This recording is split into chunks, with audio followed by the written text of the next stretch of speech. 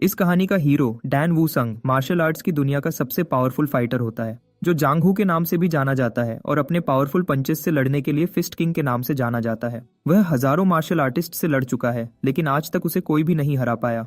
एक दिन demonic faction के एक ग्रुप उस पर चुपके से हमला कर देता है। डैन वूसंग उस ग्रुप के काफी लोगों को मार देता है, लेकिन 2 लोग बच जाते हैं। ये 2 लोग काफी पावरफुल होते हैं और इतने जालिम होते हैं कि अपना रास्ता साफ करने के लिए अपने ही साथियों को मार देते हैं। वूसंग ये देखकर समझ जाता है कि ये दोनों बहुत जालिम हैं। वूसंग उनमें से एक की तरफ तेजी से दौड़ता है और कहता है कि वह इसे 10 स्ट्राइक्स में खत्म करेगा, लेकिन उसका हर अटैक उसके वाइटल पॉइंट्स पर लगने के बजाय मिस हो जाता है, क्योंकि उसका दूसरा साथी वूसंग की बॉडी को पतली स्ट्रिंग्स से कंट्रोल करने की कोशिश कर रहा होता है। जैसे ही वूसंग 9th अटैक करता है, उसका ओपोनेंट अपनी स्ट्रिंग्स से वूसंग को टाइटली पकड़ लेता है, जिससे वूसंग अचानक रुक जाता है और तभी उसका दूसरा ओपोनेंट उसके सीने में सोर्ड से छेद कर देता है। लेकिन मरने से पहले वूसंग अपने दुश्मन को 10वां पंच मारता है और इसी के साथ ही वूसंग की जिंदगी खत्म हो जाती है, जो अपनी मौत से पहले अपने दुश्मन को एक और बार मारना चाहता था। मरने के बाद अचानक वह युनहुआ फैमिली के सेफ हाउस में ली जिन्योन के रूप में जाग जाता है, जो युनहुआ मर्चेंट ग्रुप का सबसे बड़ा बेटा है। जब वह जागता है तो जल्दी से वह अपनी बॉडी को चेक करता है और अपनी बॉडी को बिना किसी चोट के देखकर हैरान हो जाता है।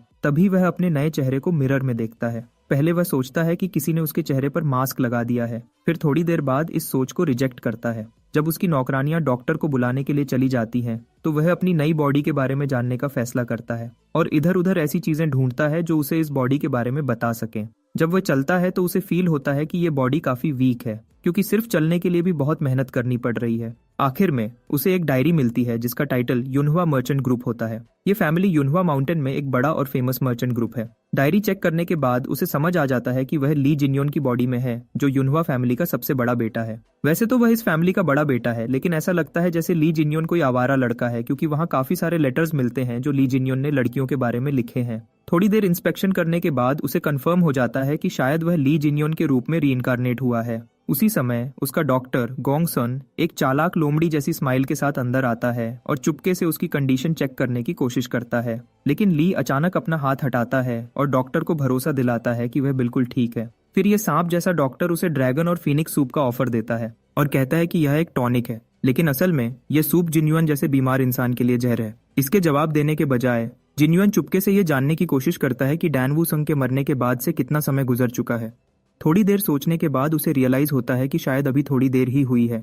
इसका मतलब है कि उसके दुश्मन अभी भी जिंदा हैं। इसके बाद वह उस डॉक्टर के बारे में सोचता है, लेकिन फिलहाल उसे अपने दुश्मनों पर बहुत ज्यादा गुस्सा है और वह हर हाल में उनसे बदला लेना चाहता है। वह डिसाइड करता है कि अब जब उसे जिंदगी जीने का एक और चांस मिला है तो वह सबको मार डालेगा।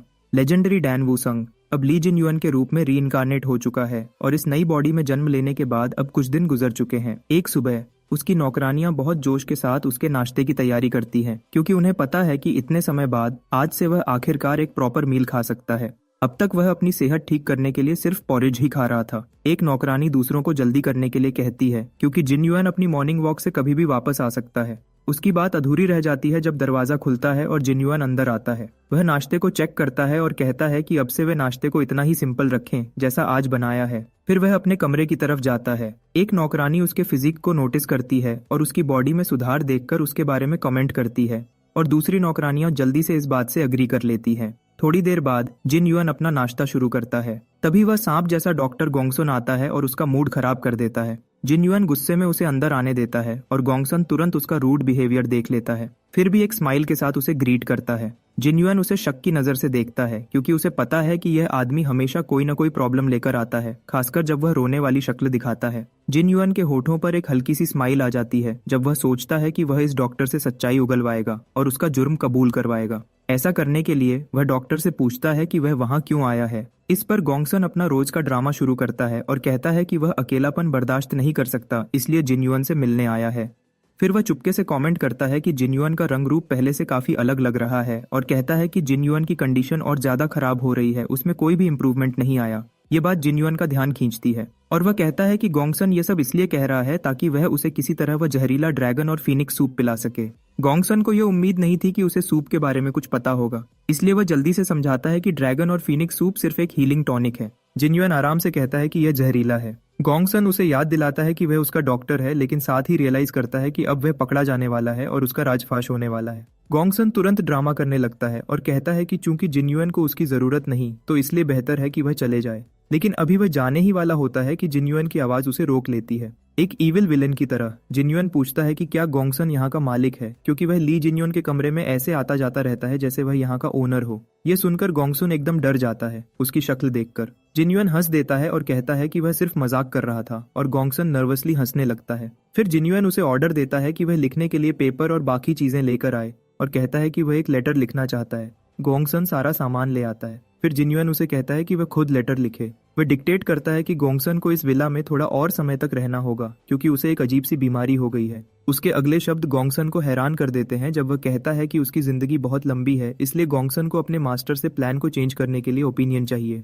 जिन्युन उसका चेहरा देखकर पूछता है कि वह क्यों रुक गया। वह कोशिश करता है कि वह जिन्युन की बातों को हंसी में टाल दे और उसे थोड़ा और समझने को कहता है, लेकिन गोंगसन की बात पूरी होने से पहले ही जिन्युन उसकी तरफ निंजा स्टाइल में एक चॉपस्टिक फेंकता है, जो उसकी गर्दन को जख्मी कर देती है और पीछे की दीवार से टकराती है। गोंगसन काफी हद तक घबरा जाता है और अपना घाव चेक करता है। जिन्युन पूरी तरह सीरियस हो जाता है और उसे क्लियरली कहता है कि अब वह पुराना ली जिन्युन नहीं रहा जिसको गोंगसन जानता था। गोंगसन फिर भी नासमझी का नाटक करता है, लेकिन जिन्युन समझ जाता है कि अब इस सांप से सामना करने का असली समय आ गया है। वह साफ साफ कहता है कि उसे पता है कि ड्रैगन और फीनिक्स सूप सिर्फ हेल्थी लोगों के लिए टॉनिक है, लेकिन जिन्युन का कमजोर जिस्म इस टॉनिक को बर्दाश्त नहीं कर सकता। यह टॉनिक उसके लिए जहर बन जाता है, और गोंगसन एक फिजिशियन होने के बावजूद यह बात नहीं जान पाया। उसने कल ही जिन्युन को यह सूप पिलाया था, और अगली ही सुबह वह टॉनिक का असर देखने के लिए जिन्युन की नब्ज चेक कर रहा था। बस इतना ही नहीं, जब जिन्युन ने उससे कहा कि सूप को काउंटर पर छोड़ दो, तब उसका चेहरा साफ बता रहा था कि इसमें गोंगसन की कोई न कोई चाल जरूर शामिल है।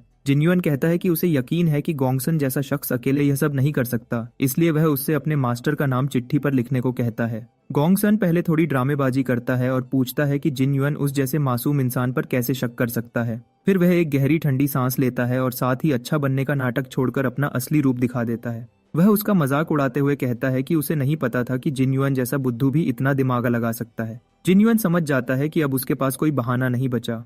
गोंगसन शैतानी अंदाज में कहता है कि उसका असली मकसद जिन्युन को चुपके से खत्म करना है। अब नौकरों की तरफ देखते हुए गोंगसन सोचता है कि जिन्युन के कत्ल को छुपाने के लिए उनकी जान भी लेनी पड़ेगी, लेकिन उसकी जहर वाली सुई तैयार करने से पहले ही जिन्युन उसे यह करते हुए देख लेता है और एक तेज वार से गोंगसन को गिरा देता है। फिर वह आराम से अपना खाना शुरू करता है। जिन्युन कहता है कि गोंगसन को इस तरह उनकी बात के बीच में डिस्ट्रैक्ट नहीं होना चाहिए था। अपने हाथों पर लगी चोट को देखते हुए, जो उसे अभी अभी गोंगसन पर हमला करते समय लगी थी, वह अपनी वीक बॉडी से थोड़ा निराश हो जाता है। उसे बस अपनी पुरानी जिंदगी वाली ताकत वापस चाहिए थी। वह जानता है कि अगर वह अपनी पुरानी ताकत वापस पा लेता है तो उसे कोई रोक नहीं पाएगा। वह इतना पावरफुल हो जाएगा कि अगर युनहुआ मर्चेंट ग्रुप ही उसे मारने का प्लान कर रहा है तो वह पूरे ग्रुप से खुद ही निपट लेगा। इस मकसद के लिए पहले उसे ग्रुप में वापस जाना होगा ताकि वह गोंगसन के बारे में जरूरी छानबीन कर सके।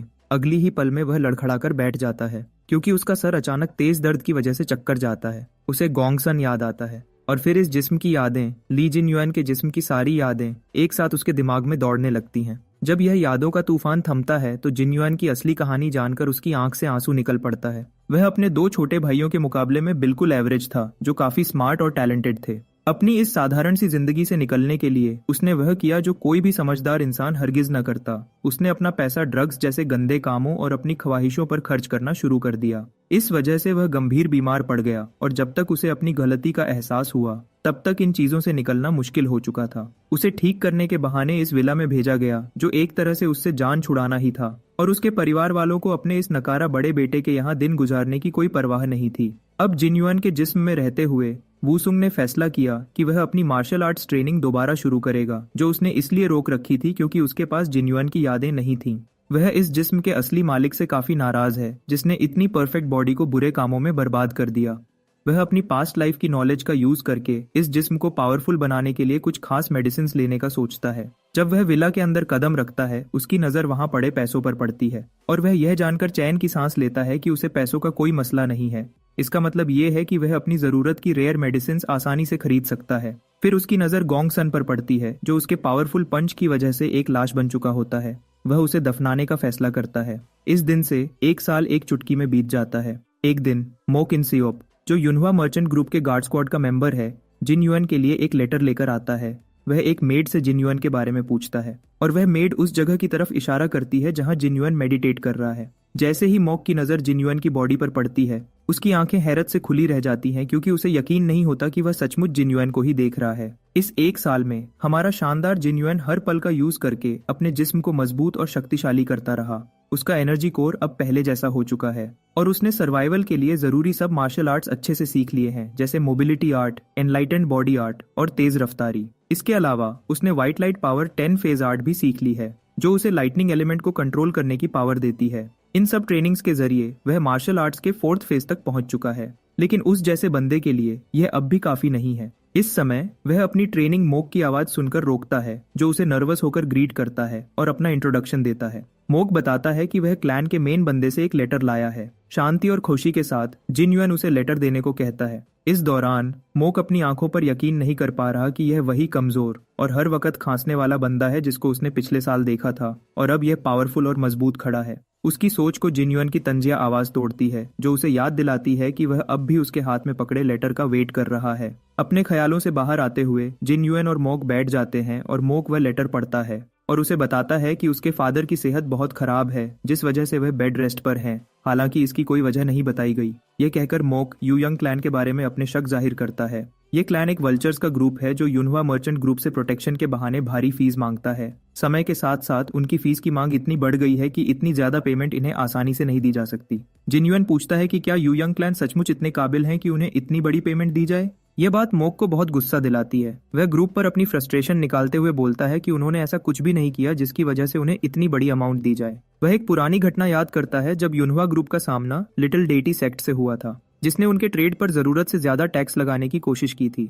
उस समय यूयंग क्लैन ने बेशर्मी से ग्रुप का साथ छोड़ दिया और कहा कि उनका युनहुआ ग्रुप से कोई ताल्लुक नहीं, सिवाय किसी सीरियस इश्यू के।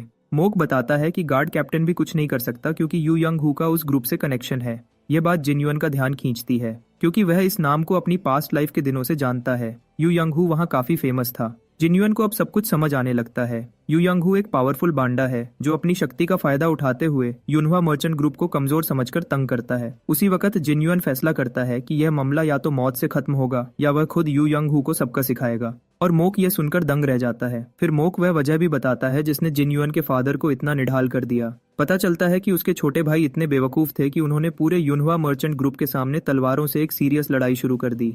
जिन्युअन को उनकी इस बेवकूफी पर यकीन नहीं आता जब उसे पता चलता है कि इस बात ने उनके फादर को इतना गुस्सा दिलाया कि वह स्ट्रेस की वजह से बीमार पड़ गए।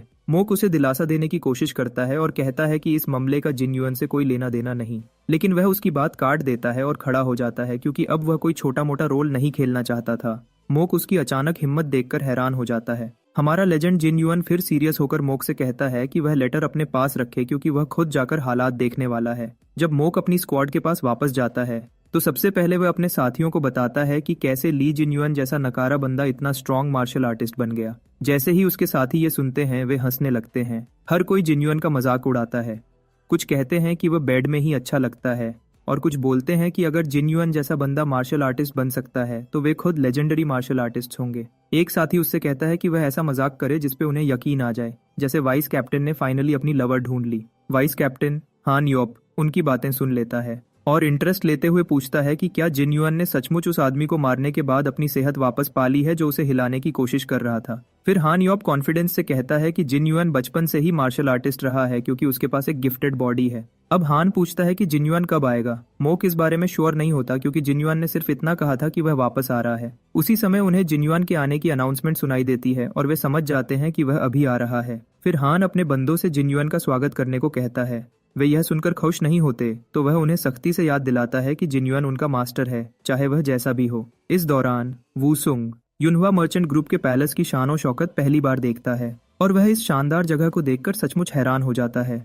अपनी पास्ट लाइफ में उसने इस ग्रुप के बारे में सिर्फ कहानियां सुनी थीं, लेकिन अब इसे करीब से देखकर उसे एहसास होता है कि जिन्युअन सिर्फ अमीर नहीं बल्कि बहुत ही ज्यादा अमीर है। वह अपने साथियों से आराम करने को कहता है क्योंकि वह अपने फादर से मिलने जा रहा होता है। जैसे ही वह आगे बढ़ता है उसे यह देखकर हैरानी होती है कि कोई भी उसका स्वागत करने की जहमत नहीं करता। उसकी यह ख्वाहिश जल्दी पूरी हो जाती है जब एक गार्ड्स का बड़ा ग्रुप अपनी तलवारों के साथ उसका स्वागत करता है। फिर हान उसे ग्रीट करता है और कहता है कि जिन्युअन अब बिल्कुल चेंज हो गया है। वह यह भी कहता है कि उसे जिन्युअन को हेल्थी देखकर बहुत खुशी हो रही है।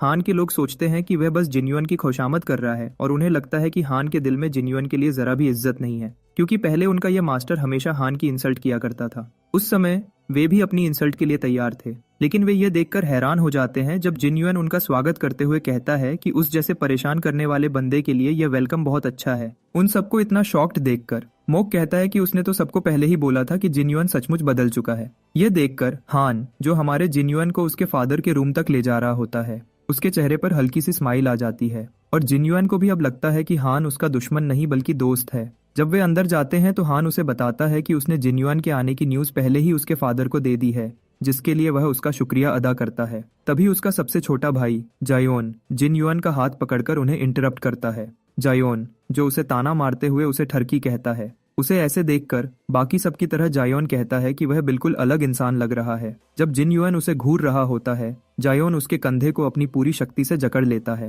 हन, जो पहले जिन्युअन को अपने छोटे भाई से पिटते देखा करता था, नहीं चाहता था कि वापस आने के पहले दिन ही वह अपने छोटे भाई से मार खाए। वह धीरे से जायोन का हाथ जिन्युअन के कंधे से हटा देता है और कहता है कि दोनों भाइयों को इतने दिन बाद एक दूसरे को देखकर खुश होना चाहिए। लेकिन उसी समय जायोन हान को बिना इजाजत छूने की वजह से थप्पड़ मार देता है। जायोन को उसका यह बुरा बर्ताव पसंद नहीं आता और वह उसे चेतावनी देता है।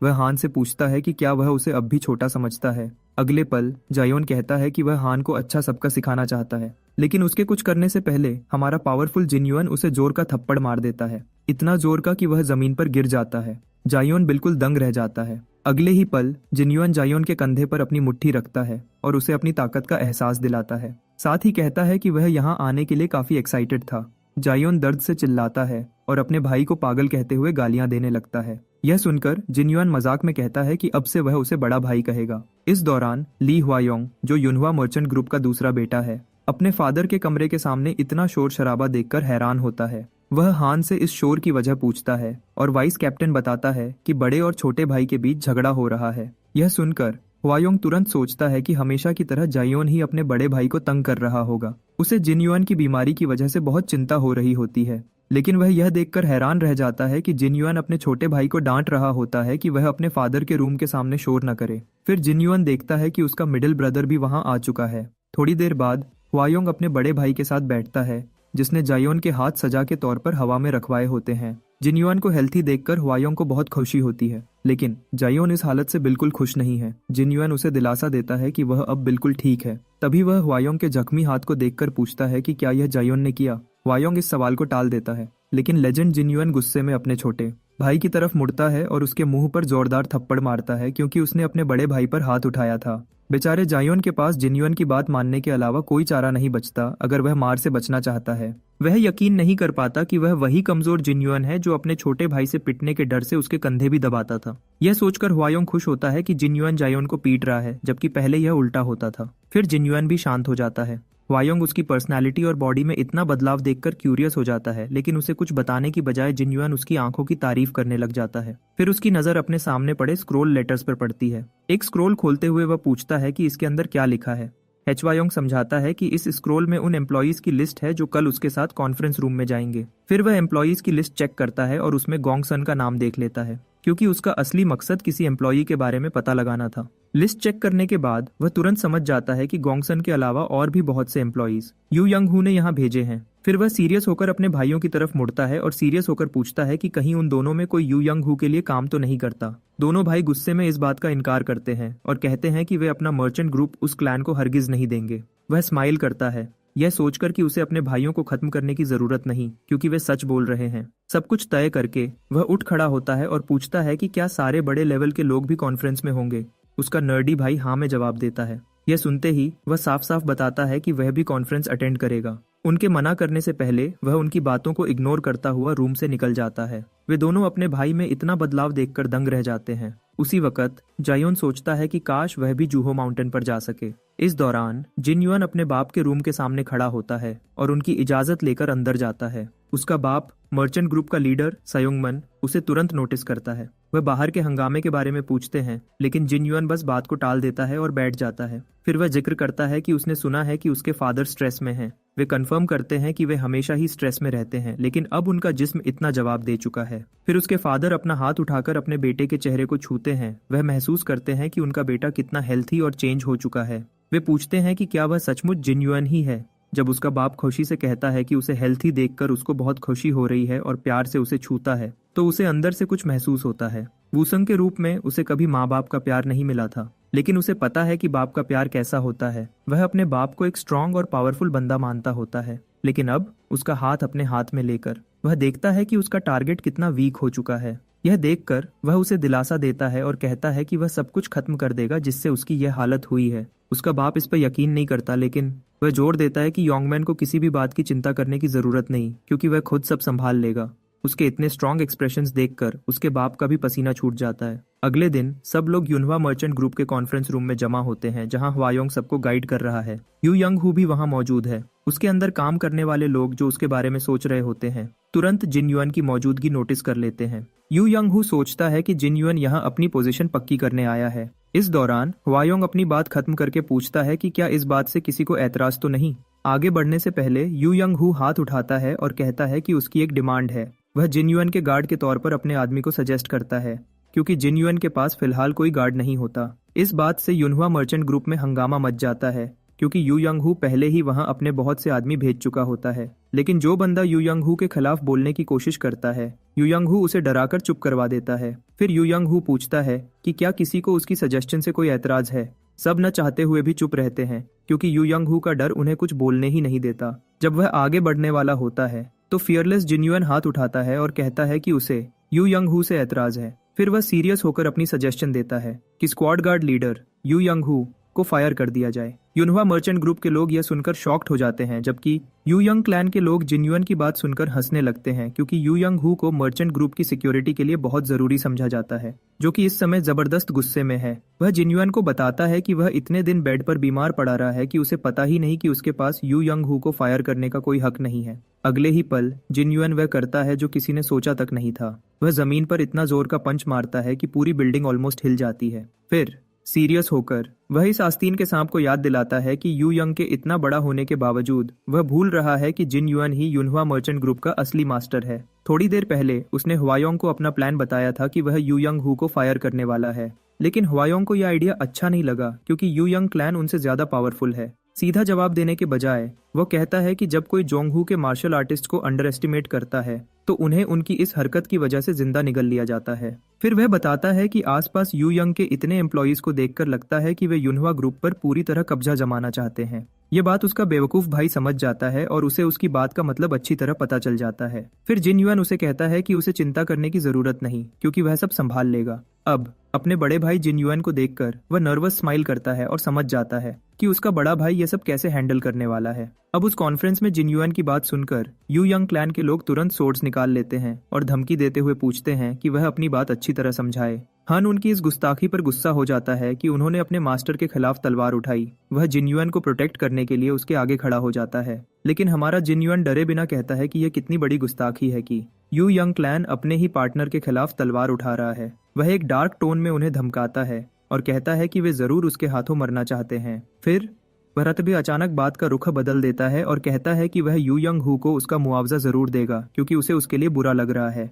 यू यंग हू यह सुनकर कंफ्यूज हो जाता है। जिन युआन कहता है कि उन्होंने यू यंग हू के परफेक्ट रिटायरमेंट प्लान को बर्बाद कर दिया है। फिर वह यू यंग हू का असली प्लान डिटेल में बताना शुरू करता है। पहले वह जिन युआन को गोंगसन के जरिए खत्म करेगा। फिर जब उसने जिन युआन के दूसरे दो भाइयों को आपस में लड़वाया, यू यंग के लिए यह बहुत बड़ा फायदा था कि उनके फादर इस झगड़े की वजह से बीमार पड़ गए। आखिर में यू यंग को बस एक भाई को अपनी बातों में उलझाना था और उसे अपनी कठपुतली बनाकर यूनवा मर्चेंट ग्रुप पर पूरा कब्जा करना था। यह सब सुन के यू यंग हंसने लगता है, कहता है कि जिन युआन बस खुद से ही कहानियां बना रहा है। लेकिन वह सीरियस होकर बोलता है कि यू यंग का प्लान तभी से टूटना शुरू हो गया था जब उसने खुद यू यंग के पर्सनल असैसिन गोंगसन को मार दिया। यू यंग ये सुन के शॉक में आ जाता है। वह यकीन नहीं कर पाता कि गोंगसन मर चुका है।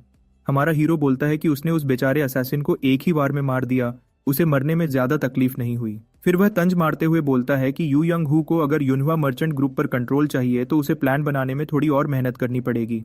वह कहता है कि वैसे भी उसे अपने किए हुए नुकसान का बिल तो भरना पड़ेगा। अब यू यंग हू को जिन युआन पर बहुत गुस्सा आ रहा था। गुस्से में वह अपना हाथ उठाता है और उसे मारने की धमकी देता है, पर उसका वार पड़ने से पहले ही जिन युआन अपनी मुट्ठी से उसका हाथ रोक देता है। जब दोनों के पंचेस टकराते हैं, यू यंग को एक जोरदार बिजली का झटका महसूस होता है, जिससे उसे यकीन हो जाता है कि जिन युआन सचमुच एक मार्शल आर्टिस्ट बन चुका है। आसपास के सब लोग भी जिन युआन की यह शक्ति देखकर हैरान रह जाते हैं। दूसरी तरफ जिन युआन नाटक करते हुए कहता है कि यू यंग हू ऐसे बंदे पर अटैक क्यों कर रहा है जो अभी अभी ठीक हुआ है। फिर वह बोलता है कि वह इस बार यू यंग हू को माफ कर देगा क्योंकि अब वह उसके साथ पर्सनल फाइट करेगा। एक बंदा ऑफिशियल फाइट के शुरू होने का ऐलान करता है। यू यंग हू पूछता है कि क्या यह काफी होगा। ईविल एक्सप्रेशंस के साथ वह कहता है कि फाइट तब तक चलेगी जब तक एक की मौत नहीं हो जाती। यह सुनने के बाद Yu Yang Hu Jin Yuan की स्किल्स देखकर कहता है कि शायद उसे किसी अच्छे टीचर ने ट्रेन नहीं किया, और अपनी तलवार उठाकर वह कहता है कि अब वह उसे दोनों के बीच एक्सपीरियंस का फर्क समझाएगा। लेकिन जिन युआन जल्दी से उसके अटैक को रोकता है और उसके ताने को इग्नोर कर देता है।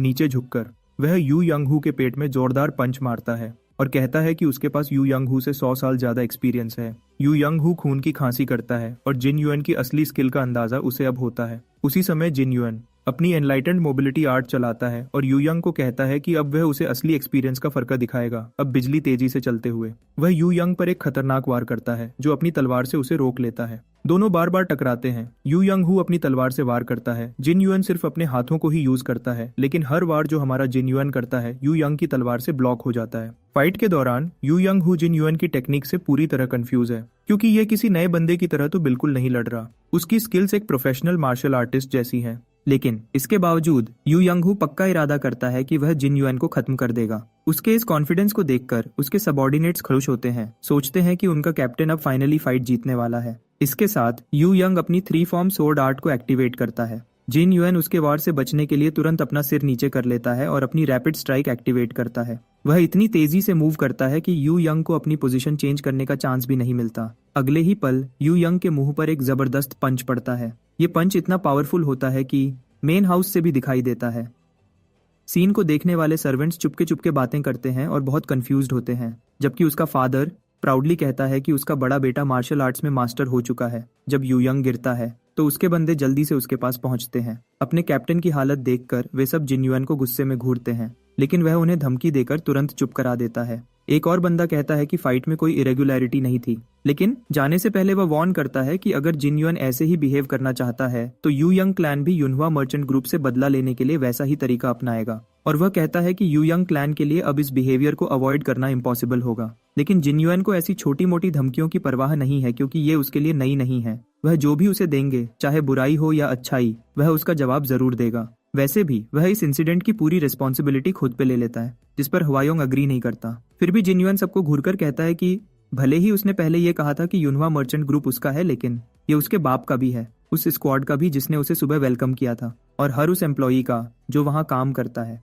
इसलिए वह किसी को भी अपने मर्चेंट ग्रुप के साथ ज्यादती नहीं करने देगा। इसके साथ वह उन्हें जाने का ऑर्डर देता है, कहता है कि वैसे भी वह उन्हें फायर करने वाला था। सब लोग उसकी स्पीच सुनकर इमोशनल हो जाते हैं, सिवाय यू यंग क्लैन के, जो ना खुश होकर साथ जाते हैं और उसे फ्यूचर में अपने क्लैन से डील करने के लिए गुड लक कहते हैं। जब वे चले जाते हैं तो एक एम्प्लॉई चीयर करने वाला होता है, लेकिन दूसरा उसे जल्दी से रोक देता है और याद दिलाता है कि जिन युआन ने एक प्राइवेट फाइट जीता है। एक और गार्ड कहता है कि वे सेलिब्रेट नहीं कर सकते, आखिर वे गार्ड स्क्वाड हैं, लेकिन अपनी ड्यूटी करने के बजाय वे पूरा समय खड़े सिर्फ देख ही रहे थे। इस सब हंगामे की परवाह न करते हुए जिन युआन हुआयोंग की तरफ मुड़ता है और उसको कहता है कि जिन युआन के लिए एक एलिक्सर लाए, क्योंकि उसने इस मैटर की रिस्पॉन्सिबिलिटी अपने ऊपर ली है, तो वह इतना तो डिजर्व करता ही है। हुआयोंग स्माइल करता है और अपने भाई को यकीन दिलाता है कि वह बेस्ट एलिक्सर लाएगा, और कहता है कि अब से वह काफी बिजी होने वाला है, क्योंकि उसे अब न सिर्फ एलिक्सर्स खरीदने हैं बल्कि नए गार्ड्स भी हायर करने हैं। इस पर जिन युआन बोलता है कि उसके दिमाग में पहले से ही कुछ लोग हैं जो यह जॉब कर सकते हैं। इसी दौरान एक प्राइवेट रूम में म्योंगहो को जिन युआन की हरकतों की खबर मिलती है। उसके बंदे कंफर्म करते हैं कि यह खबर बिल्कुल सच है। असल में हमारा इंटेलिजेंट जिन युआन इस बारे में कुछ दिन पहले ही सोच चुका था। जिस दिन उसने युनहुआ मर्चेंट ग्रुप में कदम रखा, वह एम्प्लॉइज के पैटर्न्स को अच्छी तरह जांच रहा था। अपने पहले दिन ही वह चलते चलते अचानक रुक जाता है और हान से पूछता है कि उसने खाना खाया या नहीं। हान, जो उससे ऐसा अनएक्सपेक्टेड सवाल सुनकर शॉक हो जाता है, बोलता है कि नहीं, उसे काम की वजह से सुबह से खाना खाने का समय नहीं मिला। जिन युआन फिर दूसरी तरफ देखता है, जहां कुछ यू यंग क्लैन के मेंबर्स फिजूल बातों में अपना टाइम वेस्ट कर रहे हैं। उसी वक्त उसे ग्रुप का डायनामिक समझ आ जाता है। लॉयल युनहुआ मर्चेंट ग्रुप के एम्प्लॉइज इतनी मेहनत करते हैं कि उनके पास खाने तक का समय नहीं है, जबकि यू यंग क्लैन के लोग आराम से बैठे बैठे पैसे कमाते हैं। वे काम के समय थोड़ा सा काम भी नहीं करते। हान उसे दोबारा बुलाता है, लेकिन जवाब देने के बजाय जिन युआन का दिमाग सोल्यूशन ढूंढने में लग जाता है।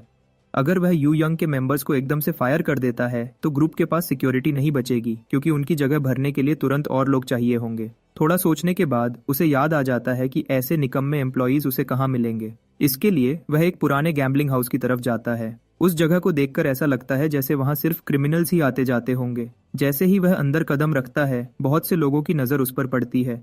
कुछ लोग उसे देखकर उसके बारे में बातें करते हैं, उसे बेवकूफ बोलते हैं और इतने समय बाद उसे देखकर हैरान होते हैं। कुछ तो यह भी सोच चुके होते हैं कि वह सालों से मर चुका है। वे लोग सोचते हैं कि शायद वह फिर से जुआ खेलने आया है और उसे अपनी दौलत हारते हुए देखने के लिए एक्साइटेड होते हैं। जब वह मेन हॉल में एंटर करता है, वहां का गार्ड उसे एक्साइटमेंट से हेलो बोलता है, यह सोचकर कि वह बड़ा पैसा खर्च करने वाला है। लेकिन अब वह पुराना वाला जिन युआन नहीं होता जिसे वे जानते थे।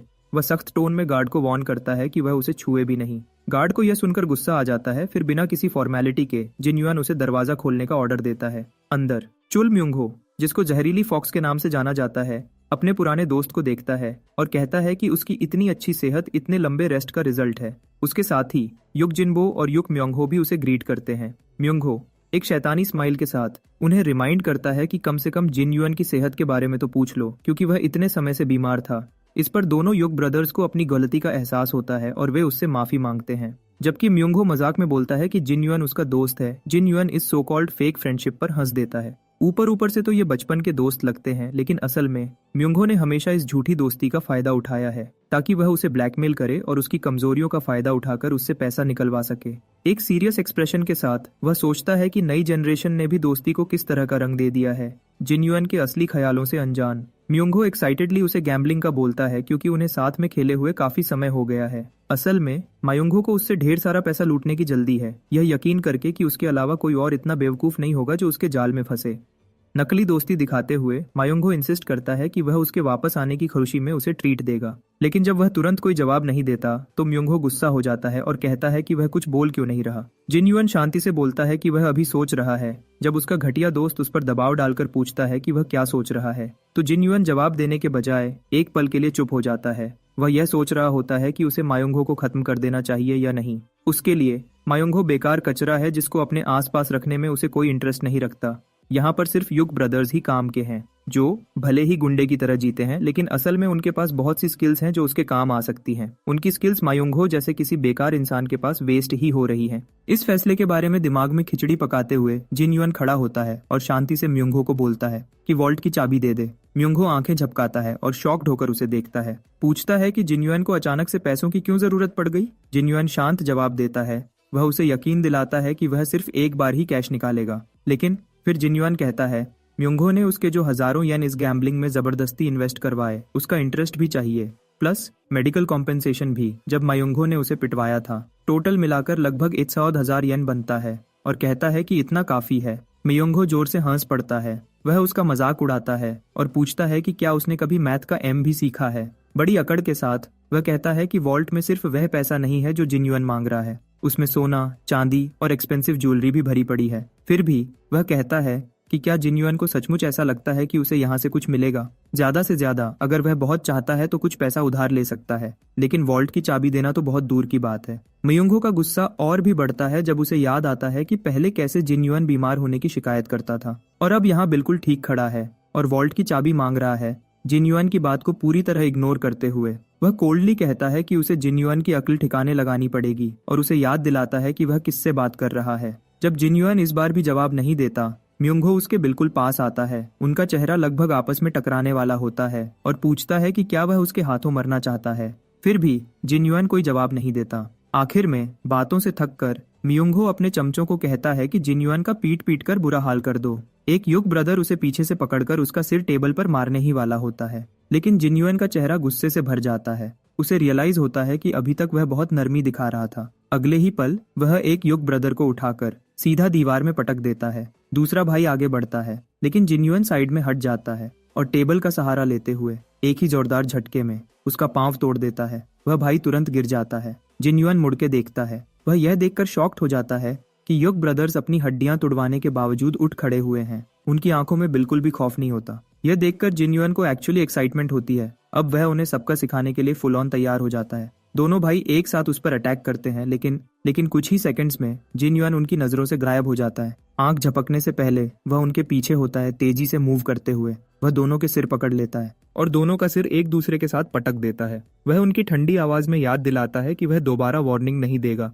अब जब जिन्युन इन दोनों भाइयों से निपट लेता है तो बस एक डरपोक म्योंगहो बचता है, जो पूरे समय उनके पीछे ही छुप रहा था। जिन्युन अपने पुराने दोस्त की तरफ एक ईविल स्माइल के साथ मुड़ता है। म्योंगहो अपना डर छुपाने की कोशिश करते हुए फ्रेंडली टोन में जिन्युन से बात करता है। कहता है कि उसे अपने दोस्तों को मार्शल आर्ट्स सीखने के बारे में बताना चाहिए और साथ ही उसने एक हाथ अपने पीछे छुपा रखा होता है। जिन्युन उसे शक की नजर से देखता है, उसकी इस हरकत पर सवाल उठाता है, लेकिन अपने शांत अंदाज में ही जवाब देता है। जब जिन्युन उसकी तरफ कदम बढ़ाता है तो म्योंगहो का डर और बढ़ जाता है और वह चाकू दिखाकर चेतावनी देता है कि पास मत आना। वह अंदर अंदर अपने आप को समझाने की कोशिश कर रहा होता है कि डरने की कोई बात नहीं, आखिर यह तो बस जिन्युन ही है। हिम्मत जुटाकर म्योंगहो आगे बढ़ता है, सोचता है कि एक ही वार में जिन्युन को खत्म कर देगा। वह टेबल के पीछे से स्माइल करता है, सोचता है कि यह टेबल उसे बचा लेगा, लेकिन जिन्युन टेबल को एक ही वार में अलग कर देता है और अगले ही पल उसका एक मुक्का टेबल को टुकड़े टुकड़े कर देता है। म्योंगहो अपने होश खो देता है, जिसका सिर अब जिन्युन के हाथों में है। जिन्युन स्माइल करता है और शांति से कहता है कि इस बार उसका वार जीत गया। अगला पल जब जिन्युन उसे बिजली का झटका देता है तो म्योंगहो दर्द से चिल्ला उठता है। बाहर एक गार्ड बोलता है कि आज यहाँ कोई तो मरने वाला है। इस बिजली के झटके के बाद म्योंगहो जमीन पर गिर पड़ता है, पसीने में नहाया हुआ। जिन्युन बिना कोई परवाह किए उसे अपने आप को संभालने का कहता है। म्योंगहो मुश्किल से अपना सिर उठाता है, उसकी आंखों में अपनी बेइज्जती का गुस्सा भरा होता है। वह सोचता है कि जिन्युन ने अपने रिकवरी के दौरान ऐसा क्या किया होगा। उसके दिल में एक और ख्याल आता है कि क्या जिन्युन ने इस वक्त तक सिर्फ बदला लेने के लिए ट्रेनिंग की है। वह अपना बचाव करने की कोशिश करता है, सोचता है कि उसने जिन्युन के साथ इतना बुरा भी नहीं किया था, लेकिन अपने पुराने बर्ताव को याद करके उसे लगता है कि यही सही बदला है। जबरदस्ती एक नर्वस स्माइल के साथ म्योंगहो जिन्युन से कहता है कि उसे वॉल्ट की चाबी के अलावा जो भी मांगना है मांग ले। ये सुन के जिन्युन रुक जाता है, वह यही बात तो सुनना चाहता था। म्योंगहो जल्दी से उसे याद दिलाता है कि बुरा बर्ताव अपनी जगह, लेकिन वे बचपन के दोस्त हैं, और जिन्युन ना चाहते हुए भी इस बात से अग्री करता है। यह सुन के म्योंगहो का चेहरा चमक उठता है और वह तुरंत जिन्युन को गले लगा लेता है, जो कि इस समय काफी गुस्से में है, और उसे भरोसा दिलाता है कि अब से वह कोई मारपीट या तंग नहीं करेगा। जिन्युन इस पर भरोसा नहीं करता, वह उसे धक्का देकर अलग करता है और गुस्से में कहता है कि उसकी मीठी बातों से उसे उल्टी आ रही है। अपने गुस्से के बावजूद म्योंगहो बोलता जाता है, जिद करता है कि वे सिर्फ दोस्त नहीं बल्कि भाई हैं और अब से वह उसका बड़ा भाई है। वह तुरंत अपने चमचों की तरफ मुड़ता है और उन्हें अपने बड़े भाई को हेलो बोलने का हुक्म देता है। दोनों थोड़े शॉक्ड होते हैं, लेकिन बिना कोई सवाल किए उसकी बात मान लेते हैं। लेकिन अंदर से म्योंगहो मन ही मन हंसता है, सोचता है कि कैसे जिन्युन कभी उसका नौकर बन के जीता था और उसके पीछे कुत्ते की तरह चलता था, और सोचता है कि जैसे ही उसे मौका मिलेगा तो वह अपने गार्ड्स के साथ भाग जाएगा। उसे यकीन था कि बाद में वह किसी भी मसले को आसानी से संभाल लेगा। दूसरी तरफ जिन्युन सीधा युग ब्रदर्स से बात करता है और उन्हें बताता है कि जब वह किसी को भाई बोलता है तो वह रिश्ता जिंदगी भर निभाता है। यग ब्रदर्स म्योंगहो से इजाजत लेने के लिए उसकी तरफ देखते हैं और म्योंगहो उन्हें जिन्युन को सर्व करने की कसम खाने को कहता है, और यह भी कि वे अब से स्वॉन ब्रदर्स हैं। दोनों भाई तुरंत जिन्युन को अपना बड़ा भाई मानकर वफादारी का वादा करते हैं। म्योंगहो को इस बात से थोड़ी शांति मिलती है, लेकिन अगले ही पल उसका खून ठंडा पड़ जाता है जब जिन्युन सख्ती से युग ब्रदर्स को बाहर जाने का ऑर्डर देता है, यह कहकर कि अब वह और म्योंगहो पर्सनली डिसाइड करेंगे कि उनमें से असली बड़ा भाई कौन है। म्योंगहो के लाख मना करने के बावजूद दोनों भाई रूम से निकल जाते हैं, इधर पूरी तरह डरे हुए। म्योंगहो को बिल्कुल नहीं पता कि जिन्युन का असली मकसद क्या है। हमारा पावरफुल जिन्युन शांति से उसे याद दिलाता है कि वही था जिसने युग ब्रदर्स पर इतना पैसा लगाकर उन्हें इतना काबिल बनाया था, और यह सब करके उनकी एबिलिटी सिर्फ वेस्ट ही हो रही है। इसलिए जिन्युन अब से उनकी जिम्मेदारी खुद लेगा, यह जानकर कि ब्रदर्स की कीमत पैसों से ज्यादा है। म्योंगहो गुस्से से डिसएग्री करता है। जिन्युन को कहता है कि उसने न सिर्फ उसे पीटा है बल्कि उसके लॉयल बंदों को भी छीनने की कोशिश की। वह गुस्से में कहता है कि वह उसे सीधा मार क्यों नहीं देता। जितनी रूडनेस से उसने ये सब बोला होता है, जिन्युन उसकी इच्छा पूरी करने का सोचता है। अगले ही पल में म्योंगहो के मुंह पर जोरदार लात मारकर वह एटीट्यूड से कहता है कि वह उसके बड़े काम आ रहा है, उसे पंचिंग बैग की तरह धोता है। अब म्योंगहो को फाइनली समझ आता है कि जिन्युन को उसे मारने में कोई मसला नहीं है। आखिर में म्योंगहो बदबदाता है कि वह उसे जो चाहिए दे देगा, लेकिन जिन्युन आराम से उसे कहता है कि यह बात थोड़ा ऊंचा बोले। हारा हुआ म्योंगहो आखिर में की देने को तैयार हो जाता है। जिन्युन स्माइल करता है और म्योंगहो से कहता है कि उसे ऐसा शो करना चाहिए जैसे वह अपनी जान की भीख मांग रहा है। म्योंगहो में अब भी इतना एटीट्यूड होता है कि वह जिन्युन की बात का मजाक उड़ाता है और पूछता है कि क्या उसका इतना रिस्पेक्टफुल होना काफी नहीं है।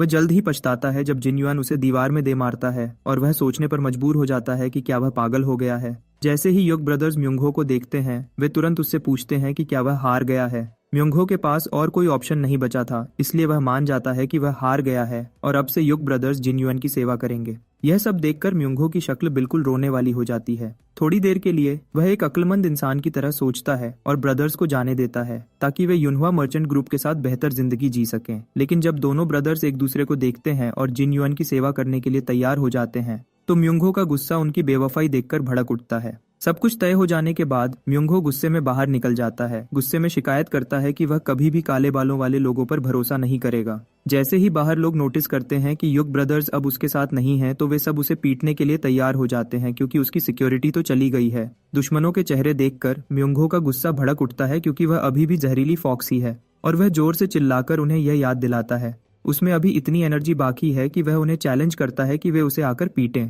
लोग उसका चैलेंज एक्सेप्ट कर लेते हैं। सारे हथियार हाथ में पकड़े हुए वे उसे पीटने के लिए रेडी होते हैं। अपनी बुरी किस्मत को कोसते हुए म्योंगहो अब उन लोगों से पिटने के लिए तैयार खड़ा होता है जो उसकी तरफ जंगली जानवरों की तरह झपटने वाले होते हैं। इससे पहले कि कोई उस तक पहुंच पाता जिन युआन उसे बचाने के लिए आगे बढ़ जाता है। जिन युआन उन लोगों को ताना मारता है कि जब म्योंगहो स्ट्रांग था तब किसी में उसके पास आने की हिम्मत नहीं थी, लेकिन अब जब वह वीक है तो अब सारे उसे मारने के लिए रेडी हैं। वह उन्हें ऑर्डर देता है कि म्योंगहो से तभी फाइट करें जब वह दोबारा लड़ने के काबिल हो जाए। फिर वह युग ब्रदर्स को वहां से हर कीमती चीज कलेक्ट करने का ऑर्डर देता है। जब वे उसके ऑर्डर्स को फॉलो करने लगते हैं म्योंगहो हर बंदे और हर एक चीज को गालियां देने लग जाता है और जिन युआन को भी नहीं छोड़ता। जब वे उसके घर के सामने पहुंचते हैं युग ब्रदर्स जिन युआन को अपने पुराने मास्टर को बचाने के लिए थैंक्स कहते हैं। यह सुनकर वह एक पल के लिए शॉक्ड हो जाता है। उन दोनों को देखकर उसे याद आता है कि कुछ लोग कहते हैं कि उन्होंने म्योंगहो को गुलाम के रूप में बेच दिया था और कुछ कहते हैं कि वे डर के मारे उसके पीछे चले गए। लेकिन म्योंगहो के लिए उनकी फिक्र देखकर जिन युआन अपने आप में हल्का सा स्माइल करता है,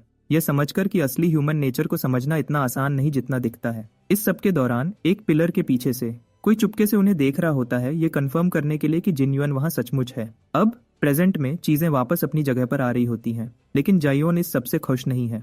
वह भड़बड़ाता है कि जब से उसका बड़ा भाई वापस आया है उसका एक दिन भी शांति से नहीं गुजरा। उसे वह दिन याद आता है जब जिन युआन अचानक गैम्बलिंग हाउस से युग ब्रदर्स के साथ बहुत से पैसे और कीमती ज्वेलरी लेकर आया था। सब लोग यह देखकर शॉक्ड रह गए थे। यह सोचकर उसका गुस्सा और भड़क जाता है। अगले ही पल वह एक कार्ट को अंदर आते देखता है जिसमें नए सप्लाईज आते हैं। हेचवायोंग उन्हें ध्यान से चेक करता है और अपने सर्वेंट्स को बोलता है कि सब कुछ ध्यान से ले जाएं और कार्ट को वहीं छोड़ जाएं, ये बताते हुए कि ये चीजें काफी कीमती हैं। ये देखकर जायोन को कार्ट में पड़े सप्लाईज के बारे में क्यूरियोसिटी होने लगती है। जब वह कार्ट में 100 साला ट्यूबर फ्लीस फ्लावर को देखता है तो उसकी आंखें चमक उठती हैं। ये फ्लावर इतना रेयर है कि लोग पूरे पूरे दिन सिर्फ एक फ्लावर के लिए लाइन में लगे रहते हैं। वह सोचता है कि यह उसके ऑर्डर पर ही आया होगा। उसी वक्त उनके फादर भी बाहर निकल आते हैं। हवायोंग जल्दी से उसके पास जाता है, उसे याद दिलाता है कि उनकी ऐसी कंडीशन में बाहर निकलना ठीक नहीं है। लेकिन जायोन को यह जानने में ज्यादा इंटरेस्ट है कि उसके बाप ने इतना सारा एलिक्सर किसके लिए मंगवाया था। उसे याद आता है कि जिन युआन को सिर्फ एक एलिक्सर की जरूरत थी, तो वह उम्मीद करता है कि शायद उसे भी एक मिल जाए। लेकिन जब उसे पता चलता है कि यह सारा एलिक्सर जिन युआन के लिए है तो उसका चेहरा सफेद पड़ जाता है। उनका बाप समझाता है कि यू यंग क्लैन के साथ जो हुआ उसके बाद वे एक एलिक्सर पर भरोसा नहीं कर सकते। वैसे भी ये इतनी बड़ी बात नहीं है, उन्होंने पहले ही यू यंग क्लैन और लिटिल डेटी सेक्ट पर बहुत सा पैसा वेस्ट किया है। तो सोच समझकर वह अपने लोकल ब्रांच ऑफिसेज के हेड्स और एलिक्सर इंडस्ट्री के कुछ बड़े लोगों को लेटर्स भेजता है और उनसे हाई क्वालिटी एलिक्सर सप्लाईज के लिए रिक्वेस्ट करता है। वे हेल्प करने के लिए मान जाते हैं क्योंकि उनके बिजनेसेस एक दूसरे से कनेक्टेड हैं और एक के लॉस से दूसरे को भी नुकसान होता है। इसके साथ हान जिन युआन के फैसले को सपोर्ट करता है और उस पर भरोसा करता है कि वह एक ग्रेट मार्शल आर्टिस्ट बनेगा। सायोंग मन उसके सपोर्ट से खुश होता है।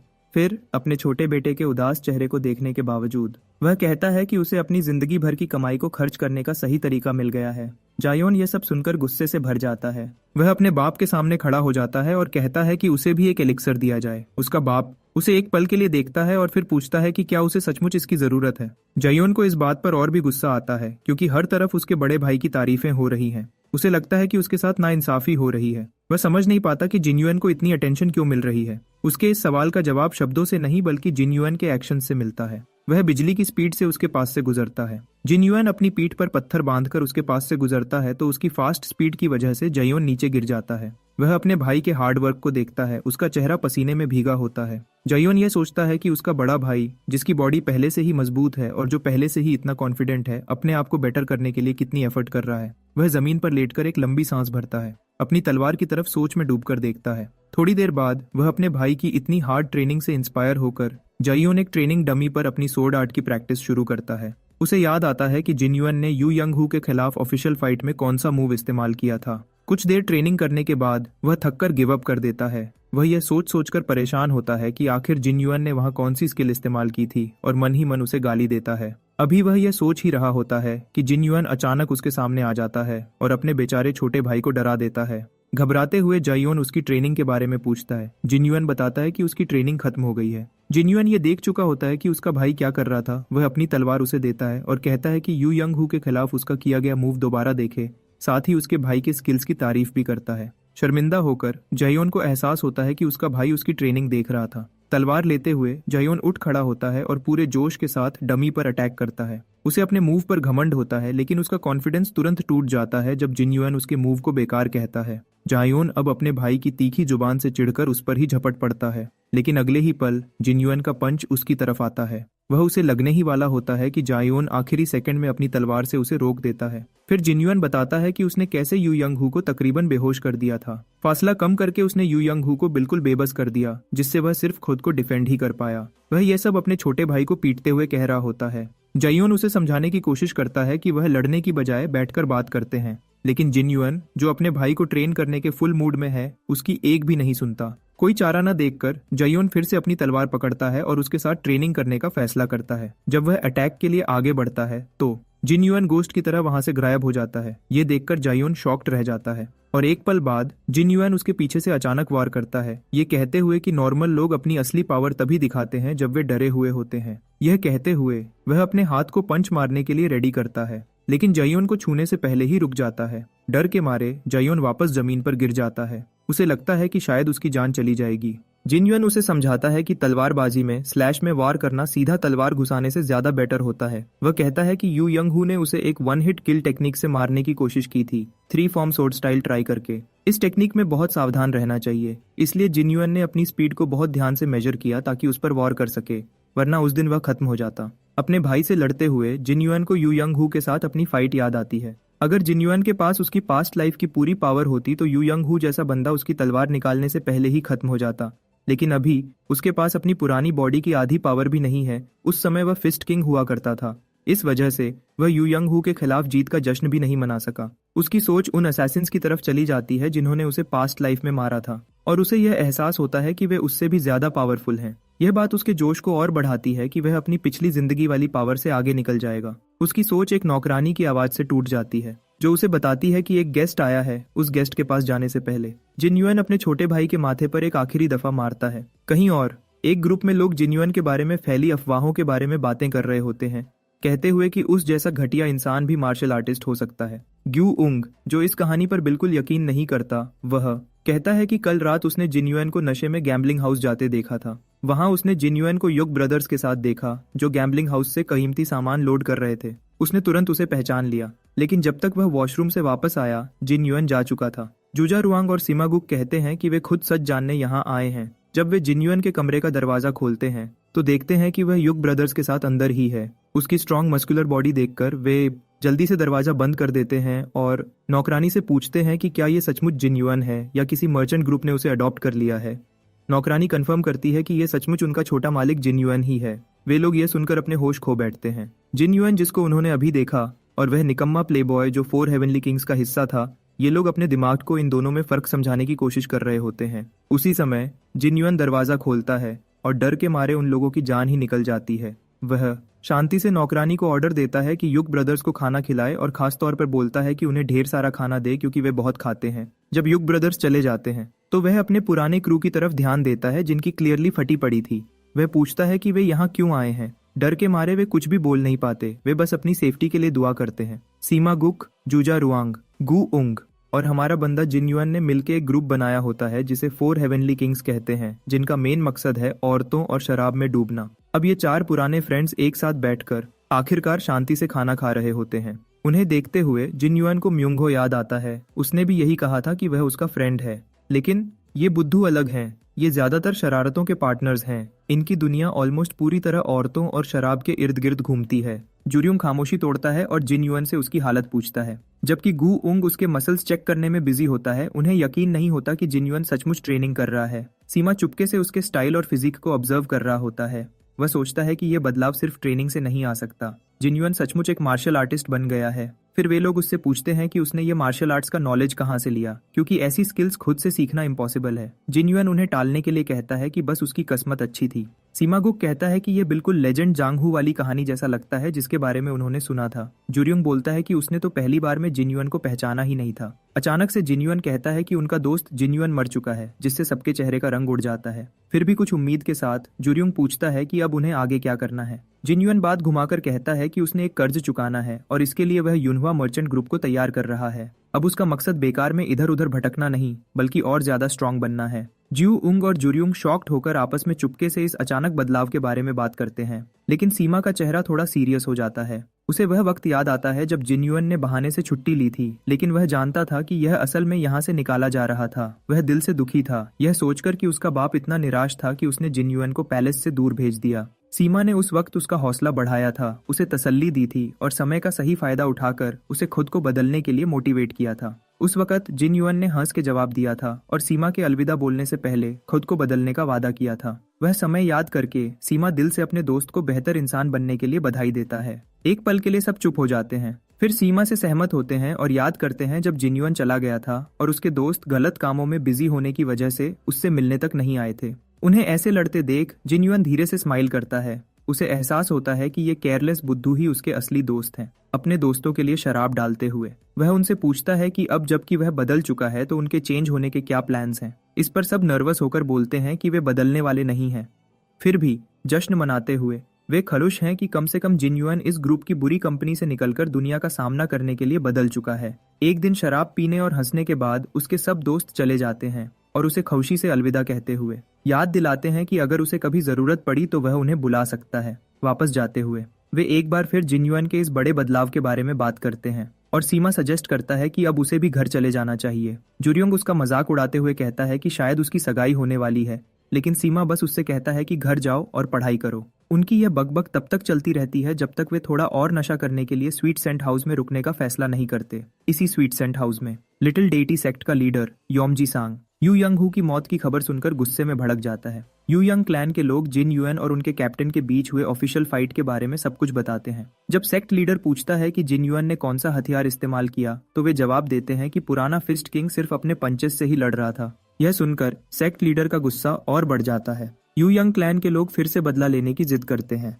लेकिन सेक्ट लीडर उन्हें याद दिलाता है कि एक ऐसी फाइट का बदला नहीं लिया जा सकता जो दोनों प्लेयर्स की मर्जी से खेली गई हो। यू यंग क्लैन का एक मेंबर शोर डालता है और कहता है कि सेक्ट लीडर और यू यंग हू दोस्त थे और उसे इस दोस्ती का सम्मान करना चाहिए। योमजी संग का गुस्सा भड़क उठता है और वह चिल्लाते हुए कहता है कि एक मरे हुए आदमी से उसका कोई लेना देना नहीं है। फिर वह उन्हें ऑर्डर देता है कि लाश को वहां से ले जाओ और अपने बंदों से इस परेशानी के लिए माफी मांगने को कहता है। इसके बाद योमजी संग के सामने एक और मसला खड़ा हो जाता है, क्योंकि यूनहुआ मर्चेंट ग्रुप ने टैक्स देने से मना कर दिया है। यू यंग हू के बिना, जो उनका सबसे शक्तिशाली बंदा था, उन्होंने यूनहुआ ग्रुप पर अपना दबदबा खो दिया है। उसका एक बंदा उसे याद दिलाता है कि टैक्स न देने का मतलब है कि वे अब सेक्ट की अथॉरिटी को नहीं मानते। योमजी सांग इससे सहमत होता है। उसका बंदा फिर पूछता है कि क्या वह उन्हें मारना चाहता है, लेकिन उनका लीडर जवाब देता है कि वे कोई अंडरवर्ल्ड के गुंडे नहीं हैं। वह और जोर देता है, पूछता है कि क्या वे उन्हें ऐसे ही छोड़ देंगे। जवाब देने से पहले योमजी सांग की नजर जिन युएन के 3 दोस्तों पर पड़ती है, जो अभी भी अपने दोस्त के बदलाव के बारे में बातें कर रहे होते हैं। वह उन्हें तुरंत नोटिस करता है और उनके पास से गुजरता है और जानबूझकर यूनहुआ ग्रुप की दौलत का जिक्र करता है, थोड़ी सी ऊंची आवाज में, ताकि वे सुन सकें। वह बोलता है कि जिन युएन के बाप और उसके बेटे जिन युएन के पास कितनी ज्यादा दौलत होगी। साइमा तुरंत इस बात को पकड़ लेता है और उसके जाल में फंस जाता है। इसके बाद सीमा जिन युएन के पास पहुंच जाता है और उसे यह सब बताता है, लेकिन जिन युएन शांति से यह सब सुनता है जैसे उसे कोई परवाह ही नहीं। सीमा उसे याद दिलाता है कि वे कभी भी अटैक कर सकते हैं और यू यंग हू को खत्म करने के बाद तो उनके पास कोई सिक्योरिटी ही नहीं बची। इसी दौरान जिन युएन लिटिल डेटी सेक्ट के बारे में सोच रहा होता है, जिसके बारे में मॉक ने उसे पहले ही बताया था। थोड़ी देर सोचने के बाद वह सीमा से पूछता है कि सेक्ट के लोग अब कहाँ हैं। सीमा जवाब देता है कि वे अपने बेस पर ही हैं। जिन युएन फिर उसे अंदर ले जाता है और उसे पहनने के लिए एक रोब देता है। उसका लॉयल दोस्त चुपचाप उसकी बात मानता है और पूछता है कि वे लोग एग्जैक्टली कहाँ हैं। जिन युएन जवाब देता है कि वे गार्ड स्क्वाड के वेयरहाउस में हैं। जब सीमा को पता चलता है कि जिन युएन का रियल प्लान सीधा लिटिल डेटी सेक्ट के बेस पर जाना है, तो वह घबरा जाता है। वह जिन युएन को याद दिलाता है कि वे सिर्फ 2 लोग हैं, जबकि वहां पूरा ग्रुप होगा और उनके पास कोई सॉलिड प्लान भी नहीं है। अपना हथियार निकालते हुए जिन युएन अपने दोस्त को क्लियर करता है कि यही प्लान है। फिर चूरी को हल्के से सीमा के गले पर रखकर वह उसे धमकाते हुए रास्ता दिखाने का ऑर्डर देता है। बेचारा सीमा मजबूरन उसे लिटिल डेटी सेक्ट के बेस तक ले जाता है, जहां दरवाजे पर ढेर सारे गार्ड पहरा दे रहे होते हैं। आखिर में एंट्रेंस पर सीमा उसे याद दिलाता है कि वह लड़ाई में बिल्कुल बेकार है। वह शांति से अपने दोस्त को यहाँ से जाने का कहता है क्योंकि वह अकेला अंदर जाएगा। साइमा इस बात से थोड़ा नाराज होता है और उसे एक बार फिर खतरे के बारे में चेतावनी देता है कि वहाँ 100 गार्ड्स होंगे। लेकिन जिन्युइन दरवाजा धड़ाम से खोलता है और वह ऐलान करता है कि वह वही करेगा जो उसने अपनी पिछली जिंदगी में किया था। डैन वूसंग के रूप में भी हमारे हीरो का एक सिंपल सा रूल था, कभी भी लड़ाई से पीछे नहीं हटना। न तब जब वह एक अनाथ था और जांघू की दुनिया में लड़खड़ा रहा था, और ना ही तब जब वह फिस्ट किंग के रूप में हुकूमत कर रहा था। अब भी वह पीछे हटने को तैयार नहीं, खासकर जब बात उसके लड़ाई के जुनून की हो। जैसे ही सब देखते हैं कि दरवाजा खुला, सब उसकी तरफ घूरने लगते हैं, लेकिन जिन्युइन बिना डर के अंदर चल पड़ता है और उनके लीडर को बुलाता है। एक गार्ड इस घुसपैठिए की हिम्मत देखकर गुस्से में उसे पीटने के लिए आगे बढ़ता है, लेकिन जिन्युइन उससे भी तेजी से उसकी गर्दन पकड़ लेता है और एक ही झटके में उसे जमीन पर पटक देता है। गार्ड उसे चेतावनी देते हैं कि वह उनके अड्डे में खड़ा है। लड़ाई बढ़ने से पहले सेक्ट लीडर खुद शोर सुनकर वहां आ जाता है और उससे पूछता है कि वह कौन है। जिन्युइन शांति से कहता है कि वह एक असैसिन है। सेक्ट लीडर को यह बात सुनकर मजा आता है, क्योंकि उसने अपनी जिंदगी में कभी भी किसी असैसिन को इतनी बेशर्मी से अंदर घुसते नहीं देखा था। फिर उसकी नजर जिन्युइन के जख्मी हाथ पर पड़ती है और उसे यू यंग क्लैन के एक बंदे के साथ हुई बात याद आती है। एक पल में उसे समझ आ जाता है कि उसके सामने कौन खड़ा है। जिन्युइन जवाब देता है कि शायद वह जिन्युइन ही है। इससे सेक्ट लीडर का चेहरा खुशी से खिल उठता है, क्योंकि उसने सोचा भी नहीं था कि जिन्युइन जैसा कोई उसके इलाके में इस तरह घुसते आएगा, लेकिन यह उसके लिए काम आसान कर देता है। वह इस मौके का पूरा फायदा उठाना चाहता है। बिना किसी झिझक के वह अपने गार्ड्स को उसे पकड़ने का ऑर्डर देता है। इसी दौरान हमारा हीरो याद करता है कि वह पिछली जिंदगी में आखिरी बार कब इतने सारे दुश्मनों से एक साथ लड़ा था। लड़ाई शुरू हो जाती है। उसे पता होता है कि उसकी अब की बॉडी पहले जैसी पावरफुल नहीं है, लेकिन इसका ये मतलब नहीं कि वह लड़ाई का मजा नहीं ले सकता। हर वार के साथ वह गार्ड्स को इधर उधर फेंकता है, एक के बाद एक गार्ड को जोर से पटकता है। अपने साथियों को सिर्फ पंचेस से इतनी मार खाते देखकर कुछ गार्ड्स डर के मारे पीछे हट जाते हैं। फिर अचानक वह एक पल के लिए रुक जाता है, जब एक तीर उसके गाल को छेदता हुआ निकल जाता है। एक स्माइल के साथ मुड़ते हुए वह सेक्ट लीडर का मजाक उड़ाता है कि वह अपना फ्लैशी हथियार दिखा रहा है। सेक्ट लीडर मानता है कि यह तलवार सचमुच महंगी है और वह इसे कभी कभी ही यूज करता है, लेकिन इस पावरफुल इंट्रूडर के लिए वह एक्सेप्शन बनाने को तैयार है। फिर सेक्ट लीडर के ऑर्डर पर जिन्युइन के पैरों के पास वाले गार्ड्स उसे जकड़ लेते हैं, जबकि छत पर और 10 लोग अपने लोडेड क्रॉसबोज के साथ उस पर निशाना लगाए खड़े होते हैं और वे लोग अपने बोगन्स के साथ उस पर तीर छोड़ने के लिए रेडी हो जाते हैं। हमारा बंदा दिल ही दिल में सोचता है कि यह सेक्ट लीडर अपने आदमियों के साथ मिलके भी उसे हरा नहीं सकता, लेकिन अचानक उसे सीमा की आवाज सुनाई देती है, जो उसे ही पुकार रहा होता है, और उसके साथ ही एक चूरी उसकी तरफ उड़ती हुई आती है। जिन्युइन उसे हवा में ही पकड़ लेता है और एक ही मूव में सारे आने वाले तीरों को रोक देता है। उसकी इस रोकने की शक्ति से गार्ड्स की उस पर पकड़ भी ढीली हो जाती है। सेक्ट लीडर यह सब देखकर शॉक्ड रह जाता है। जिन्युइन अपने लॉयल दोस्त को थम्स अप देता है, फिर वापस लड़ाई की तरफ मुड़ता है। वह चूरी को सेक्ट लीडर की तरफ फेंकता है। चूरी उस सेक्ट लीडर की गर्दन के पास से गुजर जाती है।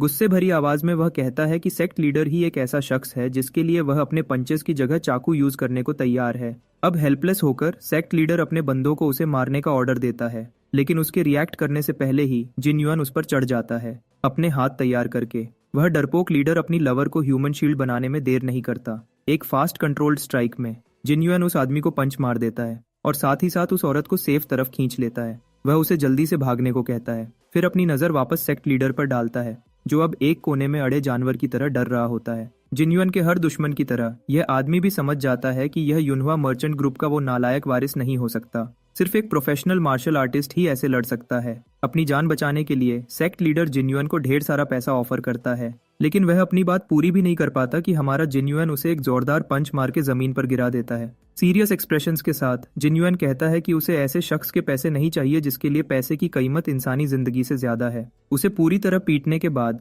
वह उसकी जान ले लेता है। जिन्युइन को उस गंदे आदमी का खून देखकर घिन आती है। ये प्रॉब्लम सॉल्व होने के बाद जिन्युइन अपने दोस्त और सेक्ट लीडर की लवर के साथ वहां से निकल जाता है। सीमा ऑफर करता है कि वह औरत को सेफ जगह तक छोड़ देगा और जिन्युइन इस बात से अग्री करता है। फिर वो दोनों अलग हो जाते हैं। जब वो साथ चल रहे होते हैं, वह औरत तुरंत ही सीमा को पहचान लेती है। वह यह सुनकर एम्बैरेस्ड हो जाता है जब औरत उसे बताती है कि उसने उसे कई बार स्वीट सेंट हाउस में देखा है। वह दिल से उसे थैंक्स करती है और वादा करती है कि अगली बार जब वह स्वीट सेंट हाउस आएगा तो वह उसे हाई क्वालिटी वाली शराब पिलाएगी। वह इस ऑफर को हल्के से टाल देता है, कहता है कि वह दोबारा उस जगह नहीं जाएगा। वह औरत उसे इस बदलाव पर धीरे से स्माइल करती है। अपने दोस्त की तरफ देखते हुए वह कहता है कि वह खुद को पूरी तरह बदलने के लिए रेडी है। वह जिन युआन के बदलाव से बहुत इंस्पायर होता है, जबकि जिन युआन खुद ब्रेकफास्ट के बारे में सोचने लगता है। अपने रूम में फ्रेश होने के बाद जिन युआन युग ब्रदर्स के साथ ब्रेकफास्ट के लिए बैठता है। वह उन्हें जी भर के खाने को कहता है। उसकी इस काइंडनेस से खुश होकर वे पूछते हैं कि क्या वे दिन में 7 बार खा सकते हैं। जिन युआन बिना सोचे ही हाँ कह देता है। फिर वे जिन युआन के चेहरे पर लगी चोट देखकर पूछते हैं कि कल रात क्या हुआ था। यह सवाल उसे उस घटना की याद दिला देता है जिसने उसे सचमुच अंदर तक हिला दिया था। ये ऐसी चीज नहीं थी जो उसकी पुरानी जिंदगी में उसे परेशान करती, लेकिन यह सब उसे एहसास दिलाता है कि उसे अपनी रोज की ट्रेनिंग से आगे बढ़ना होगा।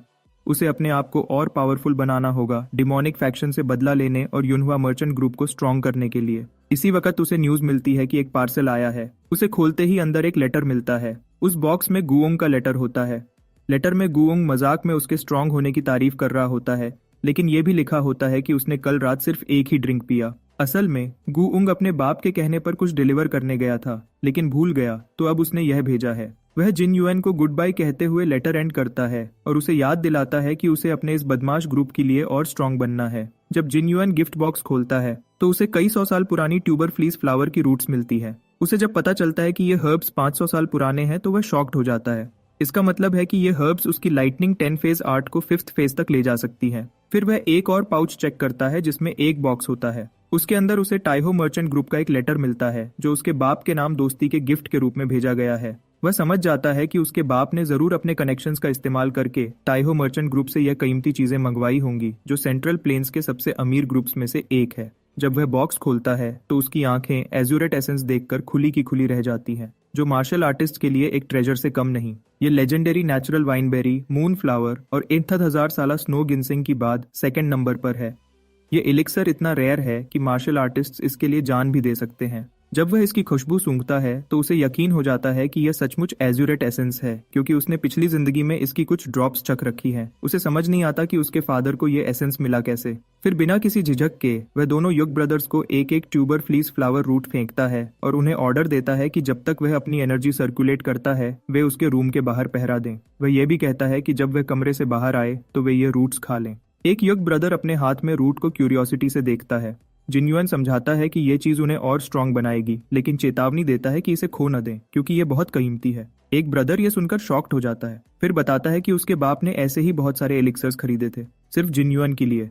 जिन युआन आह भर के सोचता है कि यह सब पैसे का खेल है। एलिक्सर खाकर जिन युआन अपने कमरे में क्रॉस लेगेड बैठता है, 2 घंटे तक मेडिटेशन करता है और एनर्जी जमा करता है। टेस्ट काफी कड़वा है, लेकिन वह सोचता है कि यह भी तो मार्शल आर्ट्स जैसा है, दर्द भरा लेकिन रिवॉर्डिंग। जल्दी ही उसे अपने कोर में एलिक्सर से आती हुई गर्मी महसूस होती है और वह शांति महसूस करता है कि उसने इस नई बॉडी को ट्रेनिंग के लिए पहले से प्रिपेयर किया था। लेकिन अचानक एक जलने वाला दर्द उसकी बॉडी के हर हिस्से में दौड़ जाता है। वह इस दर्द को दबाने की कोशिश करता है, लेकिन यह और भी जानलेवा हो जाता है। दांत पीसकर वह डिसाइड करता है कि इसका सामना हर हाल में करना है। अपनी सारी एनर्जी जमा करके उसे कंट्रोल करने की कोशिश करता है। कई दर्द भरे सेकंड्स के बाद आखिरकार जब दर्द धीरे धीरे कम होने लगता है तो वह चैन का सांस लेता है और उसका कोर कूल डाउन होने लगता है। फिर वह अपनी लाइटनिंग आर्ट का इस्तेमाल करता है। उसके चेहरे पर एक प्राउड स्माइल आती है जब उसे पता चलता है कि वह 5th फेज तक पहुंच गया है। अपनी बॉडी को देखते हुए उसे शराब की बदबू आती है, जो उसके पुराने मालिक के शराबीपन का रिजल्ट है। स्माइल करते हुए वह पुराने जिन युआन को अलविदा कहता है। अब एजुराइट एसेंस ट्राई करने का समय है, जो कोई आसान काम नहीं है। ज्यादातर बॉडीज इसके असर के नीचे रेत के ग्लास की तरह बिखर जाती हैं, लेकिन उसे पता है कि उसे इसे सहना ही होगा। अगले ही पल वह एसेंस की स्पिरिट एनर्जी को अपने आसपास महसूस करता है, जैसे वह उसे टेस्ट कर रही हो। पहले तो वह अपनी पावर की लालच को दबाने का सोचता है, लेकिन फिर वह अपना फैसला बदलता है और इस एनर्जी के खिलाफ जोर लगाता है। वह ठान लेता है कि वह इसे पार करेगा और पहले से कई ज्यादा स्ट्रांग बनेगा। उसे अपने रूम में बंद होकर इस एनर्जी पर 7 काम करते हुए 7 दिन गुजर जाते हैं। उसके नर्डी छोटे भाई को उसकी चिंता होने लगती है। यग ब्रदर्स उसे यह कहकर अंदर जाने से रोक देते हैं कि उनके मास्टर ने स्ट्रिक्टली किसी को भी अंदर आने से मना किया है। छोटे भाई के कुछ बोलने से पहले ही उसके कमरे में एक जोर का धमाका होता है और वह वहां भूत की तरह खड़ा होता है। उसकी आंखों में पर्पल लाइटनिंग चमक रही होती है। यग ब्रदर्स ये सीन देखकर दंग रह जाते हैं, लेकिन हुआयोंग, जो उनमें सबसे स्मार्ट है, तुरंत हवा में आती बदबू से समझ जाता है कि यह इनफेमस एनर्जी डिविएशन है। जब जिन युआन जमीन पर गिरता है तो उसका भाई जल्दी से उसके पास पहुंचता है। यग ब्रदर्स उसे जगाने की बहुत कोशिश करते हैं। हुआयोंग डर और घबराहट में अपने बड़े भाई के पास जाता है। जो उसी डरावने एक्सप्रेशन के साथ अपना सिर उठाता है। जिन युआन उठता है और अपने भाई को देखता है। उसकी शक्ल से वह एक बदला लेने वाला भूत लगता है। वह आगे चलने लगता है। जब उसका भाई पूछता है कि वह कहाँ जा रहा है तो वह जवाब देता है कि उसे थोड़ी ठंडक चाहिए और उन्हें चेतावनी देता है कि उसका पीछा न करें। वायोंग को उसके इस बयान पर हैरानी होती है और वह कंफ्यूज्ड रह जाता है। वह एक बिल्डिंग से दूसरी बिल्डिंग पर पूरी स्पीड से कूद रहा होता है। न सिर्फ अपने घर से बल्कि अपनी गली से भी दूर जाने की कोशिश कर रहा होता है। एजुराइट एसेंस से मिली हैवी शक्ति की वजह से वह अपने कंट्रोल में नहीं होता। जिन युआन की बॉडी इतनी स्ट्रांग नहीं कि एजुराइट एसेंस की इस शक्ति को सह सके, जो फिस्ट किंग के लिए भी कंट्रोल से बाहर हो जाती है। इसलिए वह लोगों से भरे विलेज एरिया से भागता है ताकि अपने आप से उन्हें बचा सके। थोड़ी देर बाद वह एक सुनसान जगह पर रुकता है, लेकिन फिर भी वह शक्ति कंट्रोल में नहीं आती। अपनी पिछली जिंदगी में खाया हुआ वार याद करके वह बस अपनी बॉडी से इस एनर्जी को निकालने की कोशिश करता है। वह एक जोर का धमाका करके एनर्जी रिलीज करता है, जो आसमान में इतना ऊपर जाता है कि मीलों दूर से भी दिखाई देता है। जब वह अपनी इस लाजवाब शक्ति से खुश वहां खड़ा होता है तो बारिश भी बरसने लगती है। वह अपनी व्हाइट लाइटनिंग 10 फेज आर्ट का लेवल चेक करता है।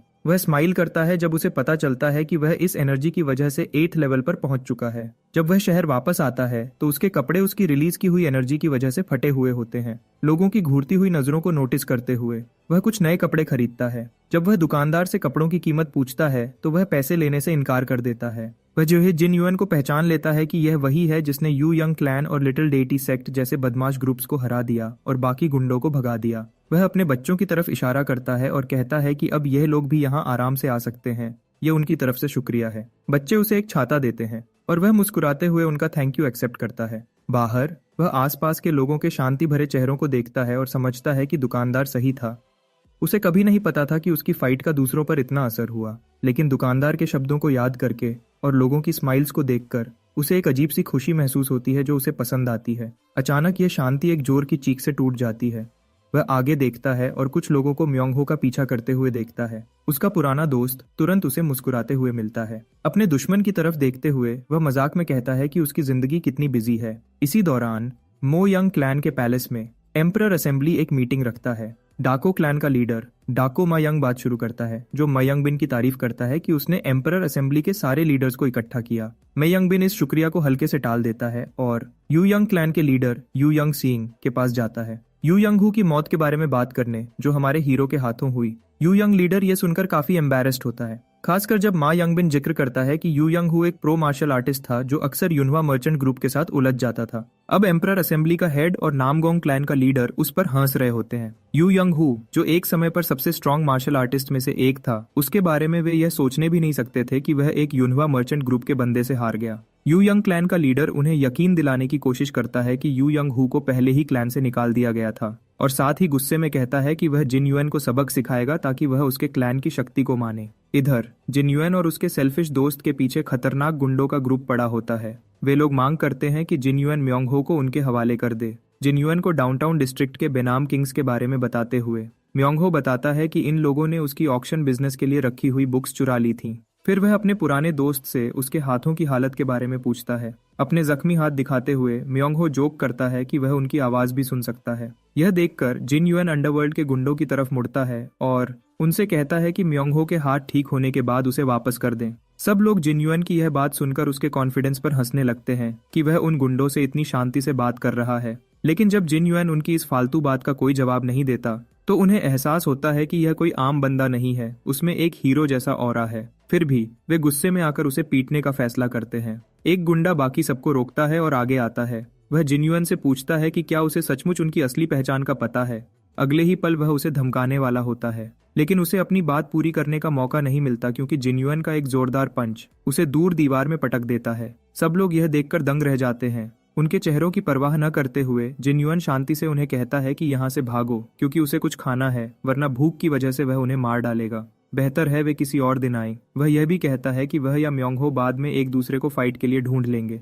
आखिरकार डरपोक गुंडों का गैंग समझ जाता है और फिलहाल के लिए गुड बाय कहता है। अब म्योंग हो में थोड़ी हिम्मत आती है और वह जिन युआन से कहता है कि उसे खाने के लिए कुछ लेकर दे, स्पेशली नूडल्स। वह यह भी कहता है कि पिछली बार जब जिन युआन ने उसे पीटा था तो वह भूख से मरने वाला था और रिकवरी के लिए खाने की जरूरत पर लंबे लंबे लेक्चर्स देता है। आखिर में जिन युआन उसे चुप होने को कहता है, बोलता है कि वह इतना ड्रामा किए बिना भी मांग सकता है। फिर वे दोनों जिन प्योंग के यहाँ नूडल्स खाने चलते हैं। म्योंग हो इतना सारा खाना खाकर काफी खुश होता है, लेकिन फिर वह अपने दोस्त के खाने के तरीके में बदलाव नोटिस करता है। जो पहले थोड़ा सा खाता था अब ऐसे खा रहा है जैसे दिनों से भूखा हो। वह उसे थोड़ी देर उसके बदलाव पर लेक्चर देता है और फिर अपने दोस्त के लिए 4 बोल ऑर्डर करता है। फिर बात युग ट्विंस की तरफ मुड़ जाती है। जिनयुन म्योंगहो को बताता है कि वे दोनों ठीक हैं और अक्सर उसके घर पर ट्रेनिंग करते हैं। म्योंगहो उनकी ज्यादा खाने की आदत पर कमेंट करता है। वह कहता है कि जब वे उसके साथ होते थे तो उनके खाने पर बहुत खर्चा होता था। जिनयुन आराम से उसे याद दिलाता है कि वह बहुत अमीर है। उसका पुराना दोस्त कहता है कि जिनयुन ने तो उसके पैसे भी लूट लिए हैं। फिर बात बदल जाती है जब म्योंगहो जिनयुन के मार्शल आर्ट्स नॉलेज के सोर्स में इंटरेस्टेड हो जाता है। जिनयुन इसकी वजह पूछता है। म्योंगहो आराम से जवाब देता है कि वह अंडरवर्ल्ड के गुंडों को हराना चाहता है और मार्शल आर्ट्स उसके लिए काफी यूजफुल हो सकता है। इस सिलसिले में वह गैंग लीडर के बारे में भी बताता है जिसके पास 100 बंदे हैं। जहां भी वे लड़ते हैं बहुत सारे लोग होते हैं, लेकिन जरूरत पड़ने पर वे भाग भी जाते हैं। इस पर जिनयुन उसे खुद ट्रेनिंग देने की ऑफर करता है। म्योंगहो तुरंत हाँ बोलता है। वह प्रॉमिस करता है कि हर इंस्ट्रक्शन को सीरियसली पूरा करेगा। आखिर ऐसे ही तो वह पॉइजनस फॉक्स नहीं कहलाता। अगले ही पल जिनयुन अपने ग्रीडी एक्स फ्रेंड को शॉक कर देता है जब उसे कहता है कि वह उसके सामने झुके। म्योंगहो को काफी एम्बैरेसमेंट होती है, लेकिन फिर भी वह उसके सामने झुक जाता है। फिर वह उठते हुए कहता है कि अब तो जिनयुन को उसे सचमुच कुछ खास सिखाना पड़ेगा। अगले ही पल जिनयुन अपना छाता खोलता है और दिखाता है कि तलवार के मूव के लिए अपनी रिस्ट को कैसे घुमाना होता है। इससे म्योंगहो गुस्से में आ जाता है क्योंकि उसने अभी झुककर शिकायत की थी कि वह युनहवा मर्चेंट ग्रुप के गेट पर कूड़ा फेंकने वाला था। लेकिन अगले ही पल वही छाता उसके सिर पर लगता है। साथ ही जिनयुन उसे ऑर्डर देता है कि वह छाता एक हाथ में पकड़े और उसी तरह स्विंग करे जैसा उसने दिखाया। पहले उसे यह बोरोड छाता लाखों बार स्विंग करना होगा, तब जाकर वह उसे वापस ढूंढने आए। म्योंगहो घबरा जाता है, सोचता है कि क्या वह सचमुच इतनी बार यह स्टंट दोहरा सकता है। उसका पॉइजनस फॉक्स वाला टाइटल मजाक में लेते हुए जिनयुन उसे कहता है कि अगर वह यह नहीं कर सकता तो मार्शल आर्ट्स सीखना भूल जाए। म्योंगहो इस वार्निंग के बाद झिझकता है। हमारा हीरो अपने पुराने दोस्त को रियलिटी चेक देने का डिसाइड करता है। वह उसका कॉलर पकड़ता है और याद दिलाता है कि किसी को मारना कोई बच्चों का खेल नहीं है। यह छाता स्विंग करने वाली एक्सरसाइज उसके हाथों को ट्रेन करेगी ताकि वह एक लकड़ी की तलवार से क्रिम्सन रीपर गैंग के 10 बंदों को मार सके। लेकिन अब तक तो वह बस उनके डर से भागता ही रहा है। फिर वह सीरियस होकर कहता है कि उस जैसे डरपोक बंदे को मर ही जाना चाहिए। म्योंगहो डरते हुए जवाब देता है कि वह अभी मरना नहीं चाहता। शांति से जिनयुन उससे पूछता है कि क्या वह पॉइजनस फॉक्स के टाइटल के लायक बनना चाहता है या बस एक डरपोक चूहे की तरह रहना चाहता है। एक पल के लिए उसका पुराना फ्रेंड चुप हो जाता है। फिर आखिरकार वह उससे छाता उधार मांगता है और उसके साथ वहां से चला जाता है। म्योंगहो का बिल पे करके और अपने दोस्त को गुड बाय करने के बाद जिनयुन म्योंगहो के बारे में सोचता है और सोचता है कि क्या वह सचमुच ट्रेनिंग को सीरियसली पूरा करेगा या नहीं। उसकी सोच फिर क्रिम्सन रीपर अलायंस गैंग की तरफ मुड़ती है और वह अपने वादे के मुताबिक उन्हें ढूंढने का फैसला करता है। इसी दौरान पैशन हाउस के बेस पर उनका लीडर गुस्से में आग बबूला है। वह अपने कुछ बंदों की जान ले चुका होता है, जबकि बाकी लोग वहां होने वाले तमाशे से डर रहे होते हैं। वह उन्हें डांटता है और पूछता है कि उन्होंने म्योंगहो को क्यों जाने दिया। सब कुछ जानने के बाद गैंग लीडर सोच में पड़ जाता है, लेकिन उसे ये बात हजम नहीं होती कि एक मर्चेंट ग्रुप का लड़का उसके अंडरवर्ल्ड के गुंडों के खिलाफ खड़ा है।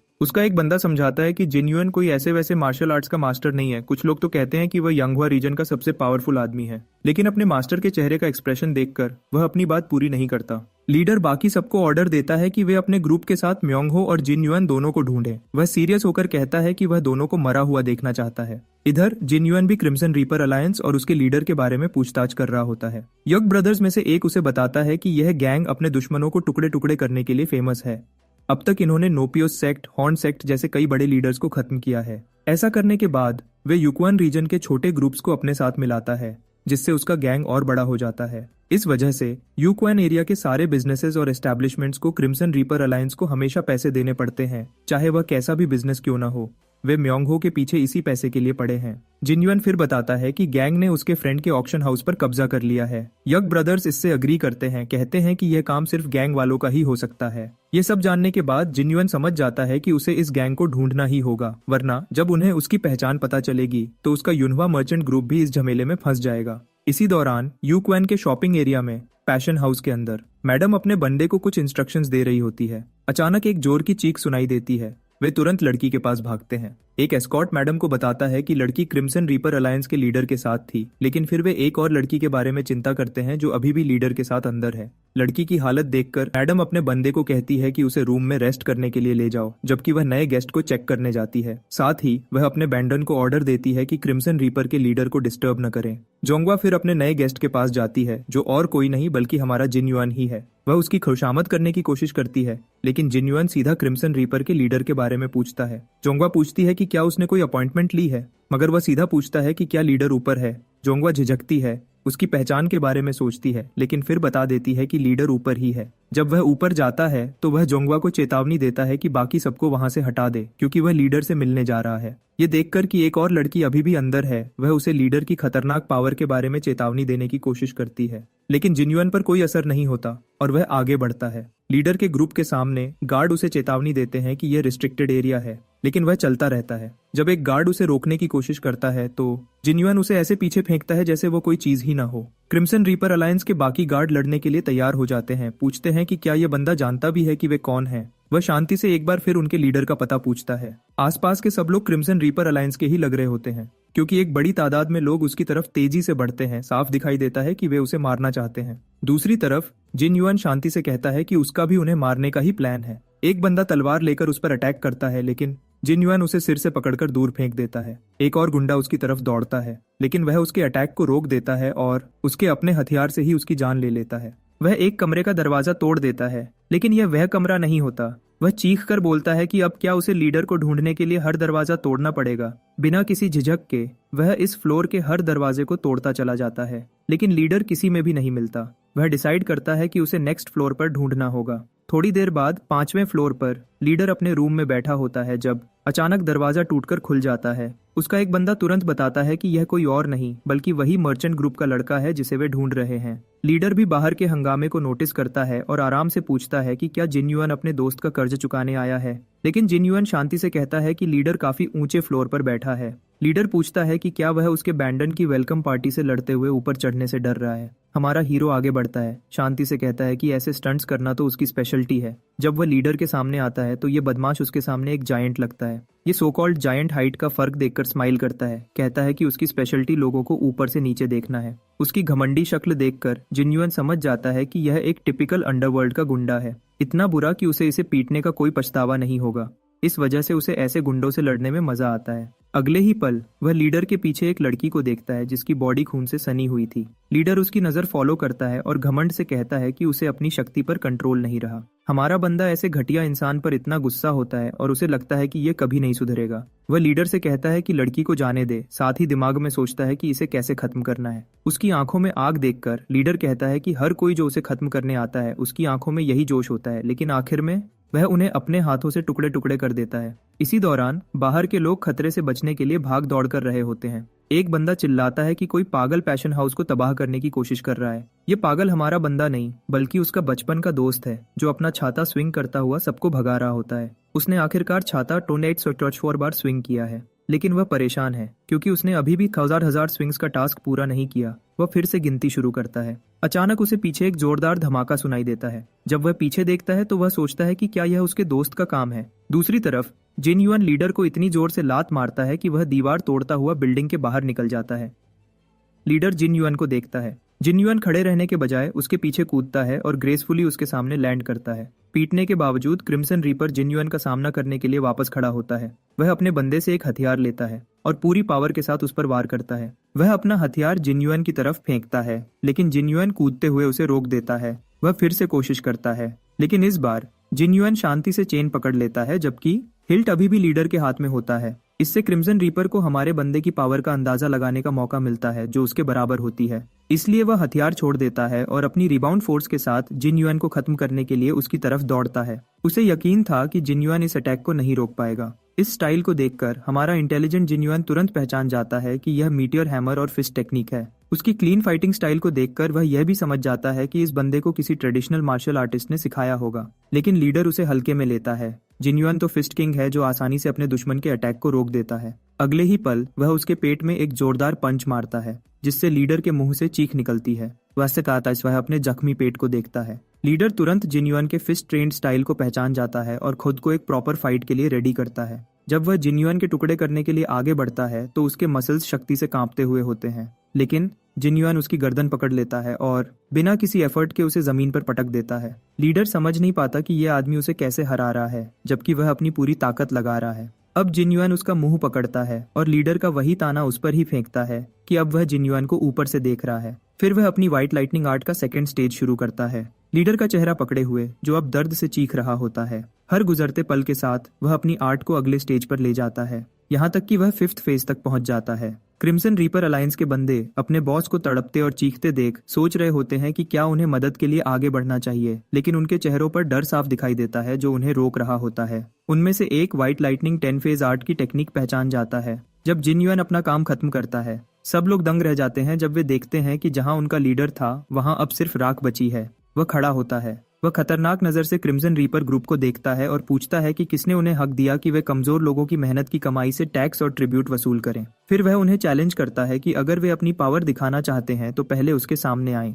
वह चेतावनी देता है कि उनका अंजाम भी उनके बॉस जैसा ही होगा। इसी दौरान क्रिम्सन रीपर अलायंस के लोग गुस्से में हैं, सोच रहे होते हैं कि चूंकि वह अकेला है तो शायद वे उसे मार ही दें। तब म्योंग हो उसे देखते हुए बोलता है कि अगर रेड रीपर मर गया तो शायद अब उन्हें ट्रिब्यूट देना न पड़े। उसके पास खड़ा आदमी कहता है कि शायद जिन्युआन खुद ट्रिब्यूट मांगना शुरू कर दे, लेकिन म्योंग हो अपने चाइल्डहुड फ्रेंड की साइड लेते हुए तुरंत इस बात से इनकार करता है। उसे पता है कि उसके दोस्त के पास इतना पैसा है कि वह कभी ऐसे नीच काम नहीं करेगा। फिर वह अपने छाते के स्विंग्स की गिनती शुरू करता है, जिस पर एक बंदा उसके इस काम को देखकर उसे पागल कहता है। हर स्विंग के साथ म्योंग हो अपना छाता हिलाता है। उसे याद आता है जब जिन्युआन ने उससे पूछा था कि क्या वह सच में एक डरपोक चूहा बनना चाहता है या फिर पॉइजनस फॉक्स, जैसा वह खुद को कहता है। वह जानता है कि हर इंसान के दिल में कुछ कर गुजरने की चिंगारी होती है और उसकी अपनी जिम्मेदारी है कि वह इस चिंगारी को भड़काए। वह समझता है कि उसका दोस्त इतना स्ट्रांग बनना चाहता है कि यह बात पागलपन की हद तक चली गई है, लेकिन अचानक वह रुक जाता है। अपने दोस्त को क्रिम्सन रीपर के गुंडों से लड़ते देख वह ऐलान करता है कि वह पॉइजनस फॉक्स है, कोई डरपोक चूहा नहीं। क्रिम्सन रीपर अलायंस का काम तमाम करने के बाद जिन्युआन अपने कपड़ों पर लगा खून भी नहीं धोता जब उसका छोटा भाई, जो उसकी चिंता में डूबा हुआ, उसके दरवाजे पर आता है। वह बहाना बनाता है कि वह शराब पीने गया था। उसका भाई किसी मसले पर एडवाइस लेने आया था, लेकिन छोटा भाई उससे खून के बारे में पूछता है। जिन्युआन उसे तसल्ली देता है, कहता है कि यह खून उसका नहीं है, जो उसके भाई ने पहले ही अंदाजा लगा लिया था। फिर वायोंग आखिर उसे बताता है कि वह यहाँ इसलिए आया क्योंकि वह मर्चेंट ग्रुप्स को उनके दिए हुए कीमती एलिक्सर्स के लिए शुक्रिया अदा करना चाहता है। पहले वह ताइहो मर्चेंट ग्रुप को कुछ भेजना चाहता है, लेकिन जानना चाहता है कि उन्होंने जो मेडिसिन भेजी उसकी कीमत क्या है। इस पर जिन्युआन याद करता है कि यह वही ग्रुप है जिसने एजुराइट एसेंस भेजा था और जवाब देता है कि इसकी कीमत इतनी ज्यादा है कि उस जैसा बंदा भी इसका अंदाजा नहीं लगा सकता। उसका भाई यह सुनकर शॉक्ड हो जाता है, समझ नहीं पाता कि इतनी कीमती चीज के बदले में क्या दिया जा सकता है। जिन्युआन कहता है कि गुड्स या पैसा भेजना सही नहीं होगा। अपने भाई के इस रिएक्शन के बावजूद वह एक मर्चेंट अलायंस बनाने का सुझाव देता है। वह मजीद समझाता है कि ताइहो जैसे बड़े नाम के अलावा छोटे ग्रुप्स जैसे वेस्टविंड एस्कॉर्ट एस्टैब्लिशमेंट भी हैं जिनके पास कोई ऑफिशियल प्रोटेक्शन नहीं है। ऐसा अलायंस ग्रुप उन्हें प्रोटेक्शन देकर शुक्रिया अदा करने का अच्छा तरीका होगा। वायोंग झिझकता है, सोचता है कि यह शायद उनके बस से बाहर है। जिन्युआन उसे छोटे लेवल से शुरू करने की सलाह देता है, कहता है कि फिलहाल सिर्फ ताइहो मर्चेंट ग्रुप और वेस्टविंड एस्कॉर्ट एस्टैब्लिशमेंट को ऐड करो, यह उनको थैंक्स बोलने का तरीका होगा। नर्डी भाई, जो पहले से प्लान बनाने में डूबा है, अलायंस के रूल्स और मेंबरशिप फीस के बारे में पूछता है। जिन्युआन उसे कहता है कि फिलहाल कोई फीस न रखें और रूल्स को सिंपल रखें। उसका भाई अलायंस का मकसद जानना चाहता है। इस पर जिन्युआन को एस्कॉर्ट एस्टैब्लिशमेंट के रिप्रेजेंटेटिव के शब्द याद आते हैं, जिसने उससे उस शहर से 2 गैंगस्टर ग्रुप्स को भगाने के बाद प्रोटेक्शन मांगी थी। इसलिए वह कहता है कि उनका मकसद मर्चेंट्स की जिंदगी की हिफाजत करना है। इसके अलावा वह एक प्रॉपर कम्युनिकेशन लाइन बनाना चाहता है ताकि मुश्किल वक्त में लोग उस तक पहुंच सकें। उसका भाई कहता है कि ऐसी सिचुएशंस भी आ सकती हैं जिनसे बड़े ग्रुप्स जैसे ताइहो मर्चेंट ग्रुप भी नहीं निपट सकते, जैसे अगर जोंगहू के अंडरवर्ल्ड से कोई उन्हें परेशान करे तो वह क्या करेगा। वह सख्त टोन में कहता है कि वह खुद ऐसी चीजों का सामना करेगा जिससे उसका भाई घबरा जाता है, लेकिन वह समझाता है कि चूंकि मर्चेंट्स ने उसे मेडिसिन दी हैं जिन्होंने उसे स्ट्रांग बनाया, तो वह उनके लिए इतना तो कर ही सकता है। फिर अलायंस का नाम रखने का मसला आता है। वायोंग सुझाव देता है कि इसे ग्रेट मर्चेंट अलायंस कहा जाए, लेकिन जिन्युआन इस बात से अग्री नहीं करता क्योंकि वह नहीं चाहता कि यह क्रिम्सन रीपर अलायंस जैसा साउंड करे और इसे ग्रेट मर्चेंट एसोसिएशन के नाम से बदल देता है। इसी वक्त वायोंग उसे याद दिलाता है कि जब से उसका बदमाश भाई वापस आया है उसका काम बहुत बढ़ गया है। इस पर जिन्युआन उससे माफी मांगता है, लेकिन वायोंग स्माइल करते हुए कहता है कि मर्चेंट्स के लिए बिजी रहना ही बेहतर है। इसी वक्त उनका एक बंदा चीखता हुआ आता है कि एक नई मुश्किल खड़ी हो गई है। जब पूछा जाता है तो वह घबराहट में बताता है कि लॉर्ड उयुंग और उसके चेले खुद आए हैं। इस बीच उक्त समूह मर्चेंट ग्रुप के मुख्य हॉल में बैठा हुआ है। लॉर्ड यू यंग अभी भी रूलर्स एसोसिएशन की बैठक में मिली अपमान की भावना से क्रोधित है। इसलिए वह अपने शिष्यों से जोर देकर कहता है कि उनमें से प्रत्येक को बारी बारी से जिन युआन से लड़ना होगा, क्योंकि वह उसे दर्दनाक मौत देना चाहता है। इसके अलावा केवल एक जीत से उनके परिवार का नाम बहाल नहीं हो सकता। सभी तुरंत सहमति जताते हैं। फिर शिन सोबाइक पूछता है कि क्या उसके दोनों साथी हथियारों का उपयोग करेंगे, क्योंकि वह निहत्थे लड़ाई करने जा रहा है। यू यंग म्यूंग भी अपनी मुट्ठियों का उपयोग करने के लिए सहमत होता है, लेकिन वून उतना आत्मविश्वास में नहीं है और अपनी तलवार का उपयोग करने का इरादा रखता है। उसका भाई इस बात पर उसका मजाक उड़ाता है, लेकिन वून तर्क देता है कि जिन युआन वह व्यक्ति है जिसने यू यंगहू जैसे अनुभवी जांगहू योद्धा को हराया है। मियोंग हालांकि इस बात पर हंसता है, यह मानते हुए कि यू यंगहू पर्याप्त मजबूत नहीं था। अंत में वह घमंड से नौकरों को आदेश देता है कि जिन युआन को व्यक्तिगत रूप से बुलाएं, लेकिन इसके बजाय युक भाई पहुंचते हैं और कहते हैं कि उन्हें अपने गुरु के निमंत्रण पर एनेक्स में आना है। थोड़ी देर बाद मेहमान हमारे लड़के के सामने खड़े होते हैं, जो पहले से ही उनकी प्रतीक्षा कर रहा होता है। वह उनका स्वागत करता है और तीनों मार्शल आर्टिस्ट्स अपना परिचय देते हैं। हालांकि उसे लॉर्ड यू यंग की उपस्थिति से आश्चर्य होता है, जो बिना सूचना के आने के लिए माफी मांगता है, लेकिन स्वीकार करता है कि वह जिन युआन की ताकत देखने का लालच नहीं रोक सका। जिन युआन समझ जाता है कि वे यहाँ द्वंद्व के लिए आए हैं और विशिष्ट प्रारूप के बारे में पूछता है। लॉर्ड यू यंग सुझाव देता है कि वह उसके सभी शिष्यों से लड़े, क्योंकि वे उससे सीखना चाहते हैं। साथ ही नियम बताता है, जो कोई भी बेहोश हो जाता है वह अचल हो जाएगा, या रिंग से गिर जाता है उसे हारा हुआ घोषित किया जाएगा। जिन युआन इन साधारण नियमों को स्वीकार करता है और मुकाबला शुरू करने के लिए कहता है। पहला है मियोंग। लॉर्ड यू यंग अपने बेटे की जीत को लेकर काफी घमंडी है। इस बीच मियोंग को लगता है कि वह किसी साधारण मर्चेंट के बेटे का सामना नहीं कर रहा, बल्कि एक अनुभवी जांगहू योद्धा का, जिससे उसे एहसास होता है कि जिन युआन की यू यंगहू पर जीत वास्तविक रही होगी। जिन युआन उसके हथियार के बारे में पूछता है, लेकिन इससे पहले कि म्यूंग अपनी घमंडी प्रतिक्रिया पूरी कर पाए, उसे जिन युआन से एक जोरदार मुक्का मिलता है, जो उसे दूर की दीवार से टकराने के लिए भेज देता है। लॉर्ड यू यंग के हाथ में पकड़ा हुआ प्याला सदमे से चकनाचूर हो जाता है। जिन युआन शांति से उसे याद दिलाता है कि अगर उसे मौका दिया जाए तो वह तलवार निकाल सकता है। फिर अगले प्रतिद्वंद्वी को आगे आने की चुनौती देता है। तब वून अगला जाने का फैसला करता है और शिन से अपने भाई का ख्याल रखने के लिए कहता है, जिसके लिए शिन सहमत होता है। एक बार जब वह हमारे लड़के के सामने खड़ा होता है, वून अपनी सारी शक्ति और तकनीकों को उजागर करने के लिए तैयार होता है और जिन युआन चाहता है कि वह ऐसा करे ताकि एक अच्छा मुकाबला हो। इसके साथ ही मुकाबला शुरू होता है। बिना कोई वक्त जाया किए वून अपनी तलवार निकालता है। पूरी रफ्तार से वह जिन युआन की तरफ दौड़ता है और उस पर वार करने की कोशिश करता है, लेकिन जिन युआन आसानी से उसे रोक देता है। साथ ही वह नोटिस करता है कि वून सचमुच एक लाजवाब सोर्ड्समैन है, मगर जिन युआन उससे भी तेज है, क्योंकि वह वून के लड़ने के पैटर्न को ध्यान से देखते हुए अपने मूव्स शुरू करता है। इसलिए अब वह हर वार को अपने खाली हाथों से रोक देता है। अब जिन युआन का फुल मोड पर जाने का समय है। वह अपनी लाइटनिंग आर्ट के 5th फेज से शुरुआत करता है और अपनी एनर्जी को 3rd फेज तक ले आता है। वून खुद को तैयार करता है, अपनी तलवार के स्विंग से अटैक को रोकने की कोशिश करता है। अगले ही पल जिन युआन एक लाइटनिंग रोर अटैक सीधा उसकी तरफ भेजता है और एक ही वार से अपने ओपोनेंट को गिरा देता है। वून को यकीन नहीं होता। म्यूंग सुझाव देता है कि उन्हें यह लड़ाई रोक देनी चाहिए, क्योंकि अगर तीनों हार गए तो यह और भी शर्मिंदगी की बात होगी। लेकिन शिन पीछे हटने को तैयार नहीं था। वह किसी ऐसे बंदे से लड़ने का मौका गंवाना नहीं चाहता था जो बिना किसी हथियार के लड़ता है, क्योंकि वह खुद भी पाम स्ट्राइक टेक्निक्स में ट्रेंड है। वह जिन युआन से एक फाइट की रिक्वेस्ट करता है। उसकी मुट्ठी देखकर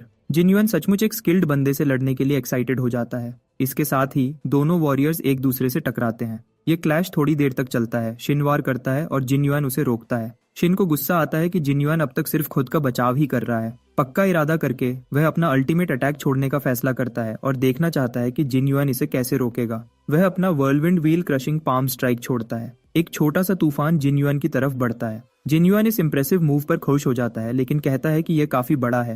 वह शांति से शिन का पैर जोर से पकड़ लेता है, जिससे शिन दर्द से चीख उठता है और फिर उसे जोरदार तरीके से जमीन पर पटक देता है। कहता है कि उसे एक अच्छी फाइट मिली है। मायोंग उदास है, क्योंकि इस हार से उन्हें कुछ भी अच्छा नहीं मिला। लॉर्ड यू यंग का गुस्से भरा चेहरा देखकर जिन युआन समझ नहीं पाता कि इसकी वजह क्या है। इसी दौरान लॉर्ड यू यंग गुस्से से कांप रहा होता है, क्योंकि उसे रियलाइज होता है कि जिन युआन को सचमुच कोई हरा नहीं सकता और किसी और को लाना बेकार होगा। समस्या यह थी कि रूलर्स एसोसिएशन की इज्जत मिट्टी में मिल जाएगी और सब उसका और उसके क्लैन का मजाक बनाएंगे। एक नया प्लान सोचकर वह जिन युआन से मार्केट में चलकर बात करने को कहता है। वह वहां का शांत माहौल नोटिस करता है और कहता है कि जिन्युअन के यहाँ से काफी सप्लायर्स होंगे और वक्त जाया किए बिना वह जिन्युअन को रूलर्स एसोसिएशन की मेंबरशिप ऑफर करता है। वह समझाता है कि जिन्युअन को अपना पूरा मर्चेंट ग्रुप शामिल करने की जरूरत नहीं, वह अकेला ही ज्वाइन कर सकता है और उसका मर्चेंट ग्रुप फिर भी सेफ रहेगा। जिन्युअन ये ऑफर सुनकर शॉक्ड हो जाता है। उसे पता है कि इस एसोसिएशन में पहले से ही बड़े क्लैंस के नाम शामिल हैं, लेकिन वह सवाल उठाता है कि रूलर्स एसोसिएशन उन क्लैंस से बनी है जो मुरिम अलायंस छोड़कर आए, जो कभी 9 बड़े सेक्ट से मिलकर बनी थी। लॉर्ड यूयंग कंफर्म करता है कि यह सच है, लेकिन यह भी कहता है कि वे बस मुरिम अलायंस के फ्रेंडली ओपोनेंट्स हैं। जिन्युअन सोचता है कि उसे जो इन्फॉर्मेशन मिली थी उसके मुताबिक यूयंग क्लैन हाल ही में इस एसोसिएशन में शामिल हुआ है और अब अपनी हार के बाद अपनी इज्जत बचाना चाहता है। लॉर्ड यूयंग उसकी इस बात को भी सच कहता है और मानता है कि उसका बंदा यूयंग हु जिन्युअन के बारे में गलत अफवाहें फैला रहा था, जिससे क्लैन की बदनामी हुई। उसे खुद जिन्युअन से कोई प्रॉब्लम नहीं है, इसलिए वह चाहता है कि जिन्युअन रूलर्स एसोसिएशन में शामिल हो जाए ताकि उनकी इज्जत बची रहे। उसे लगता है कि यह उसका सबसे अच्छा मौका है यह दिखाने का कि जिन्युअन जैसा बंदा भी उसके अंडर है। जिन्युअन पूछता है कि अगर वह इनकार कर दे तो क्या होगा। लॉर्ड यूयंग कहता है कि इसमें शामिल होने से उसका कोई नुकसान नहीं होगा और एक मर्चेंट के बेटे को यह बात समझनी चाहिए। जिन्युअन जवाब देता है कि उसे किसी आम मार्शल आर्ट्स ग्रुप में कोई इंटरेस्ट नहीं जब उसके पास पैसों की कमी नहीं है। फिर वह उसे डिसमिस करता है और बात खत्म कर देता है। इस पर यूयंग सचमुच गुस्से में आ जाता है और धमकी देता है कि क्या जिन्युअन चाहता है कि उसका पूरा ग्रुप तबाह कर दिया जाए, जिससे जिन्युअन एक पल के लिए रुक जाता है। यूयंग उसे चेतावनी देता है कि उसके पास इतनी शक्ति है कि वह पूरे मर्चेंट ग्रुप को खत्म कर सकता है और जिन्युअन की जान बख्श सकता है और उसे खुलेआम एनिमी बना सकता है। वह पूछता है कि क्या जिन्युअन सचमुच सोचता है कि वह अकेला एक पूरे क्लैन को, खासकर रूलर्स एसोसिएशन को तबाह कर सकता है। वह अपनी धमकी पूरी भी नहीं कर पाता कि जिन्युअन का एक जोरदार पंच उसे लगता है। जिन्युअन उसे चेतावनी देता है कि वह पहले उसे मारेगा और फिर उसके पूरे क्लैन को खत्म करेगा। वह यह भी कहता है कि वह सारा इल्जाम यूयंग के बड़े बेटे पर डाल देगा और कहता है कि बेहतर होगा कि यूयंग उसे नहीं आजमाए। लॉर्ड यूयंग में अब भी हिम्मत है कि वह जिन्युअन के शब्दों को सबसे गंदा कहता है और उस पर बेशर्म और घटिया होने का इल्जाम लगाता है। इसके साथ ही वह अपना पॉइजन टोड ब्रॉड स्ट्राइक छोड़ता है। यह एक ऐसी टेक्निक है जिसमें यूयंग के स्पेशलिस्ट्स को 4 बड़े क्लैंस के लीडर्स के खिलाफ लड़ने की ट्रेनिंग दी जाती है। उसे यकीन है कि जिन्युअन इसकी ताकत के सामने नहीं टिक सकता, लेकिन वह बिल्कुल शॉक्ड हो जाता है जब उसे पता चलता है कि जिन्युअन लाइटनिंग स्ट्रोक्स छोड़ रहा है जो उसके जहर को निगल रहे हैं। अगले ही पल जिन्युअन उसे इतनी जोर से पंच मारता है कि यूयंग दीवार से टकराता है और खून की उल्टी करते हुए जमीन पर गिर जाता है। जिन्युअन कहता है कि यूयंग इतना स्ट्रांग नहीं जितना वह दिखावा करता है। यूयंग उससे कहता है कि अब उसे मार दे, क्योंकि चाहे कुछ भी हो जिन्युअन इससे क्लियरली उनका एनिमी बन जाएगा और रूलर्स एसोसिएशन भी उसके पीछे पड़ जाएगी। यूयंग कहता है कि चाहे कुछ भी हो जिन्युअन की हार पक्की है। यह सुनकर जिन्युअन यूयंग के पास जाता है और धीरे से कहता है कि वह अपने शब्दों पर जिंदगी भर पछताने वाला है। थोड़ी देर बाद सब लोग जिन्युअन को लॉर्ड यूयंग को बालों से घसीटते हुए देखते हैं। उसकी हालत देखकर सब शॉक में हैं, खासकर उसके बेटे जो उसे रोकने की कोशिश करते हैं, लेकिन जिन्युअन उन्हें चुप करा देता है और चेतावनी देता है कि वह उनकी हालत भी उनके बाप जैसी कर देगा। एक और बेटा अपने बाप की जिंदगी की चिंता करता है, लेकिन जिन्युअन जवाब देता है कि वह अभी जिंदा है और अपने बंदों को गाड़ी तैयार करने का ऑर्डर देता है। यूयंग का बड़ा बेटा गुस्से में पूछता है कि वह ऐसा क्यों कर रहा है। जिन्युअन जवाब देता है कि उनके बाप ने उसके मर्चेंट ग्रुप को खत्म करने और उससे इसका इल्जाम लगाने की धमकी दी थी। यह सुनकर सब शॉक्ड रह जाते हैं। फिर वह ऐलान करता है कि वह खुद रूलर्स एसोसिएशन में इस मामले की रिपोर्ट करने जा रहा है। वह यूयंग के गार्ड से कहता है कि वे उसके साथ विटनेसेस के तौर पर चलें। उसके आगे बढ़ने से पहले शिन बताता है कि रूलर्स एसोसिएशन का कोई हेडक्वार्टर्स नहीं है। वह जिन्युअन को बताता है कि मीटिंग्स अक्सर क्लैन हेड्स के घर पर होती हैं। इस तरह वह मोयंग क्लैन के एस्टेट जा सकता है जो सबसे पास है। इसके साथ वह अपने गार्ड्स और युग ब्रदर्स को ऑर्डर देता है कि वे लॉर्ड यूयंग के चेलों और बेटों पर नजर रखें। फिर वह अपने भाई की तरफ मुड़ता है और उसे आज के इंसिडेंट के बारे में मुरिम अलायंस को रिपोर्ट करने का ऑर्डर देता है। फिर वे सब मोयंग एस्टेट की तरफ चल पड़ते हैं। इसी दौरान बग्घी में यूयंग को रस्सियों से बांधा होता है और पूछता है कि वे कहाँ जा रहे हैं। जिन्युअन उसे जवाब देता है। अगले पल यूयंग अपने गार्ड से पानी मांगता है, कहता है कि उसका गला सूख रहा है। गार्ड झिझकता है, सोचता है कि जिन्युअन इसकी इजाजत देगा या नहीं, लेकिन जिन्युअन यह देखकर शॉक्ड है कि एक क्लैन का लॉर्ड खुद पानी मांग रहा है। फिर भी वह उसकी बात नहीं मानता। उसे रियलाइज होता है कि यह बंदा जरूर एक असैसिन है। इसके साथ वह उसे अपनी लाइटनिंग से जला देता है। फिर ड्राइवर इस इंसिडेंट के बारे में पूछता है, लेकिन जिन्युअन उसे गाड़ी चलाते रहने को कहता है। फिर वह एक दूसरे गार्ड की तरफ मुड़ता है और उसके असैसिन एसोसिएशन के बारे में पूछता है। वह बताता है कि यह गोल्ड सिल्वर असैसिन ग्रुप है, जहां असैसिन्स को गोल्ड या सिल्वर रैंक के हिसाब से डिवाइड किया जाता है और वह खुद एक सिल्वर रैंक असैसिन है। जिन्युअन फिर लॉर्ड यूयंग से पूछता है कि ऐसे लोगों को हायर करने की कीमत क्या है, लेकिन यूयंग जवाब देने से झिझकता है। तो जिन्युअन धमकी देता है कि वह उसके टुकड़े टुकड़े कर देगा, जिससे यूयंग को जवाब देना पड़ता है।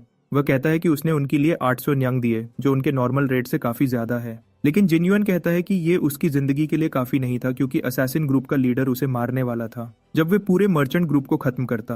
वह समझाता है कि असैसिन्स को मारना क्लैंस के गंदे काम छुपाने का आम तरीका है। वह कहता है कि क्लैंस अपने निशान छुपाने के लिए ऐसा ही करते हैं। इस तरह उसकी जिंदगी की कीमत 800 न्यांग से ज्यादा नहीं है, और वह असैसिन को सलाह देता है कि वह और मेहनत करे ताकि अपनी जिंदगी की कीमत बढ़ा सके।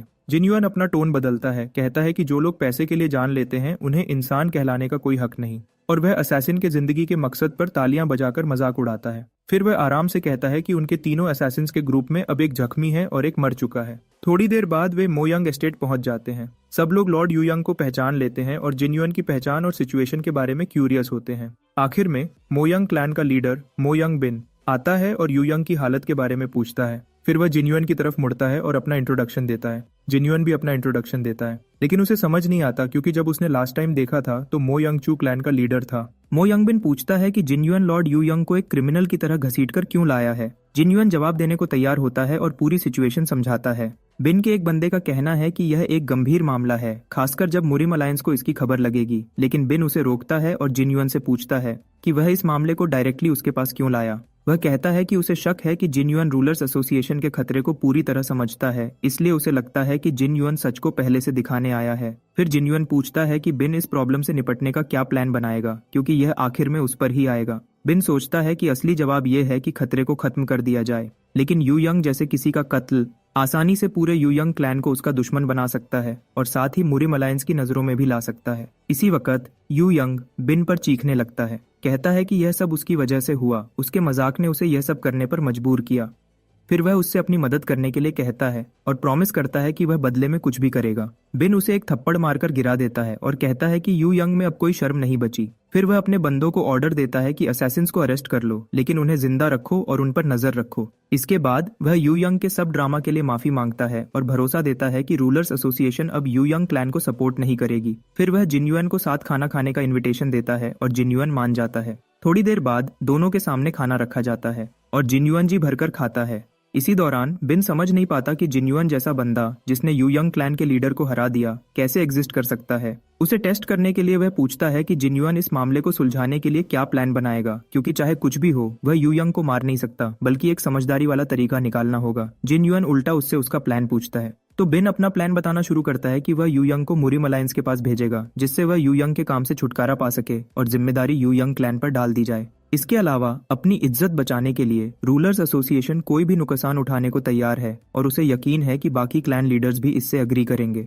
जिन्युअन को यह प्लान पसंद आता है। फिर वह पूछता है कि क्या पुराने क्लैन लीडर मो यंग चू ने golden basin hand washing ceremony की थी, जो एक तरह का रिटायरमेंट रिचुअल है। यह सुनकर बिन कहता है कि जिन्युअन जांगहू की न्यूज में बहुत पीछे है, क्योंकि उसका बाप 1 साल से गायब है। जिन्युअन यह सुनकर शॉक्ड हो जाता है। बिन समझाता है कि उन्होंने मेन ब्रांच के मेंबर्स की एक सर्च पार्टी भेजी थी, लेकिन उन्हें कोई सुराग नहीं मिला। इसी वक्त जिन्युअन सोचता है कि यह वही टाइम था जब उसने जिन्युअन के शरीर में दोबारा जन्म लिया था। इसका मतलब है कि उसके साथ साथ एमओ यंग चू भी मर गया था। तो वह पूछता है कि क्या चू की डिमोनिक फैक्शन के साथ कोई दुश्मनी थी। बिन जवाब देता है कि डिमोनिक फैक्शन पिछले 20 सालों से चुप है और अगर वे दोबारा उभरे होते तो उसे पता होता। इसके अलावा उसे शक है कि डिमोनिक फैक्शन के पास उसके बाप को निशाना बनाने की कोई खास वजह थी। इस पर जिन्युअन अपनी पिछली जिंदगी याद करता है, जहां उसका भी डिमोनिक फैक्शन से कोई लेना देना नहीं था, लेकिन फिर भी उस पर अचानक अटैक किया गया और वह मर गया। सिचुएशन का अंदाजा लगाने के लिए वह पूछता है कि अगर बिन के बाप पर कई सोर्ड्समैन ने मिलकर अटैक किया होता तो वह कहां तक जा पाता। बिन जवाब देता है कि उसका बाप ऐसा नहीं था जिसे सिर्फ सोर्ड्समैन हरा सकें। जिन्युअन फिर कहता है अगर वे सोर्ड्समैन ब्लेड प्रूफ बॉडीज के साथ होते तो भी उसके फादर को न हरा पाते। यह सुनकर बिन कंफ्यूज्ड हो जाता है। अब वह अपनी पास्ट लाइफ के इंसिडेंट को याद करता है जब उसने उन असैसिन्स पर हमला किया था। वह याद करता है कि कैसे उन्होंने उसके 9th फेज लाइटनिंग एनर्जी के वॉर को भी आसानी से सह लिया था। उसे पता है कि कोई भी आम इंसान उसकी करंट बॉडी पावर के साथ 9th फेज लाइटनिंग एनर्जी को नहीं सह सकता। उसे यकीन नहीं होता कि कोई ऐसा बंदा उसकी शक्ति के सामने टिक सकता है, इसलिए वह यह सोचता है कि उनके पास ब्लेड प्रूफ बॉडीज होनी चाहिए या कुछ ऐसा जो बिल्कुल इम्पॉसिबल है। अगर ऐसे शक्ति वाले लोग उस मैजिशियन के साथ जिसने कभी उसके शरीर को कंट्रोल किया था एक साथ मिल जाए, तो भी सिर्फ स्वर्ग से भी ऊपर वाला बंदा ही ऐसे फोर्स का सामना कर सकता है। इसलिए वह यकीन के साथ कहता है कि बिन को उसके बाप या डिमोनिक फैक्शन का कोई भी सुराग नहीं मिलेगा, लेकिन उसे अभी भी उनकी छुपने की वजह या उनके असली मकसद का पता नहीं है। इसी दौरान एक सुनसान जगह पर एक औरत जिसे हेवनली डीमन के नाम से जाना जाता है एक आदमी से बात करती है जिसे सोर्ड डीमन कहा जाता है। वह उसे बताती है कि उन्होंने सोर्ड किंग को ढूंढ लिया है। सोर्ड डीमन फिर अपने फैक्शन को ऑर्डर देता है कि वे सोर्ड किंग के शिकार की तैयारी करें।